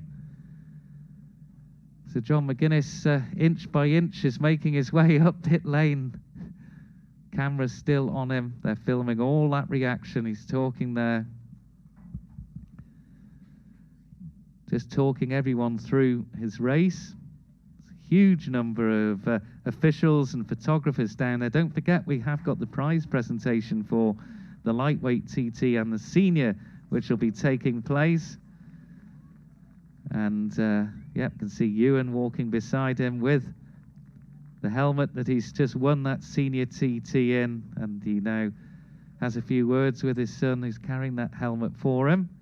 Cameras all still on him, and it is a huge scrum down there, but we'll get the boys up on that rostrum in a moment or two, and we'll be able to give them a huge cheer. Quite a few people stayed on the grandstand to acknowledge this little moment for John McGuinness, and John McGuinness just doing another quick interview. Television cameras are out, and yeah, more flash bulbs start to go. Brilliant sunshine still. The sun just lowering now. And Michael Dunlop and Bruce Anstey wait patiently for John McGuinness, the 20-time TT winner. But what an extraordinary race with all those brilliant laps that we've had. 131 miles an hour repeatedly, 8 times. And then we add in all those 130-mile-per-hour laps. We've seen one of the best ever races around the TT mountain course. Paul Phillips, I can see, just trying to get hold of John and move him towards the microphone. And we do have, I think, now time for the fanfare.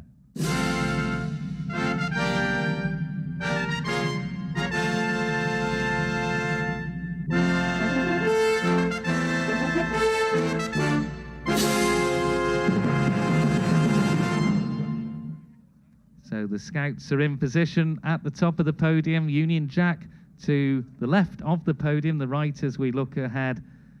And the Manx flag, the other. Handshake for Bruce Anstey as he goes up that spiral staircase. The spiral staircase to prize money and prizes. Bruce Anstey, 3rd place. Michael Dunlop's up there. And John McGuinness, more congratulations coming his way. And up onto that familiar top step he goes, a clenched fist. And a huge reaction from everyone, and that's just him on the podium, hasn't got on that top step yet. And he holds his helmet aloft. Congratulations. Right, let's do the formal bit here. In 3rd place, and he just pipped James Hillier. Quickest lap of the race as well on that final lap of 131.531. Bruce Anstey.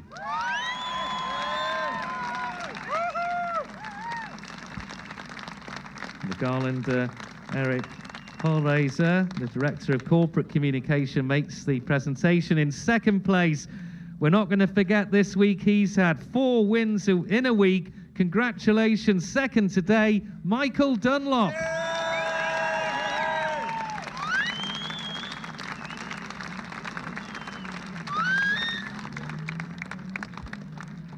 And the winner of the PokerStars Senior TT for 2013, win number 20, his 41st time on the podium, more than anyone in the history of the TT.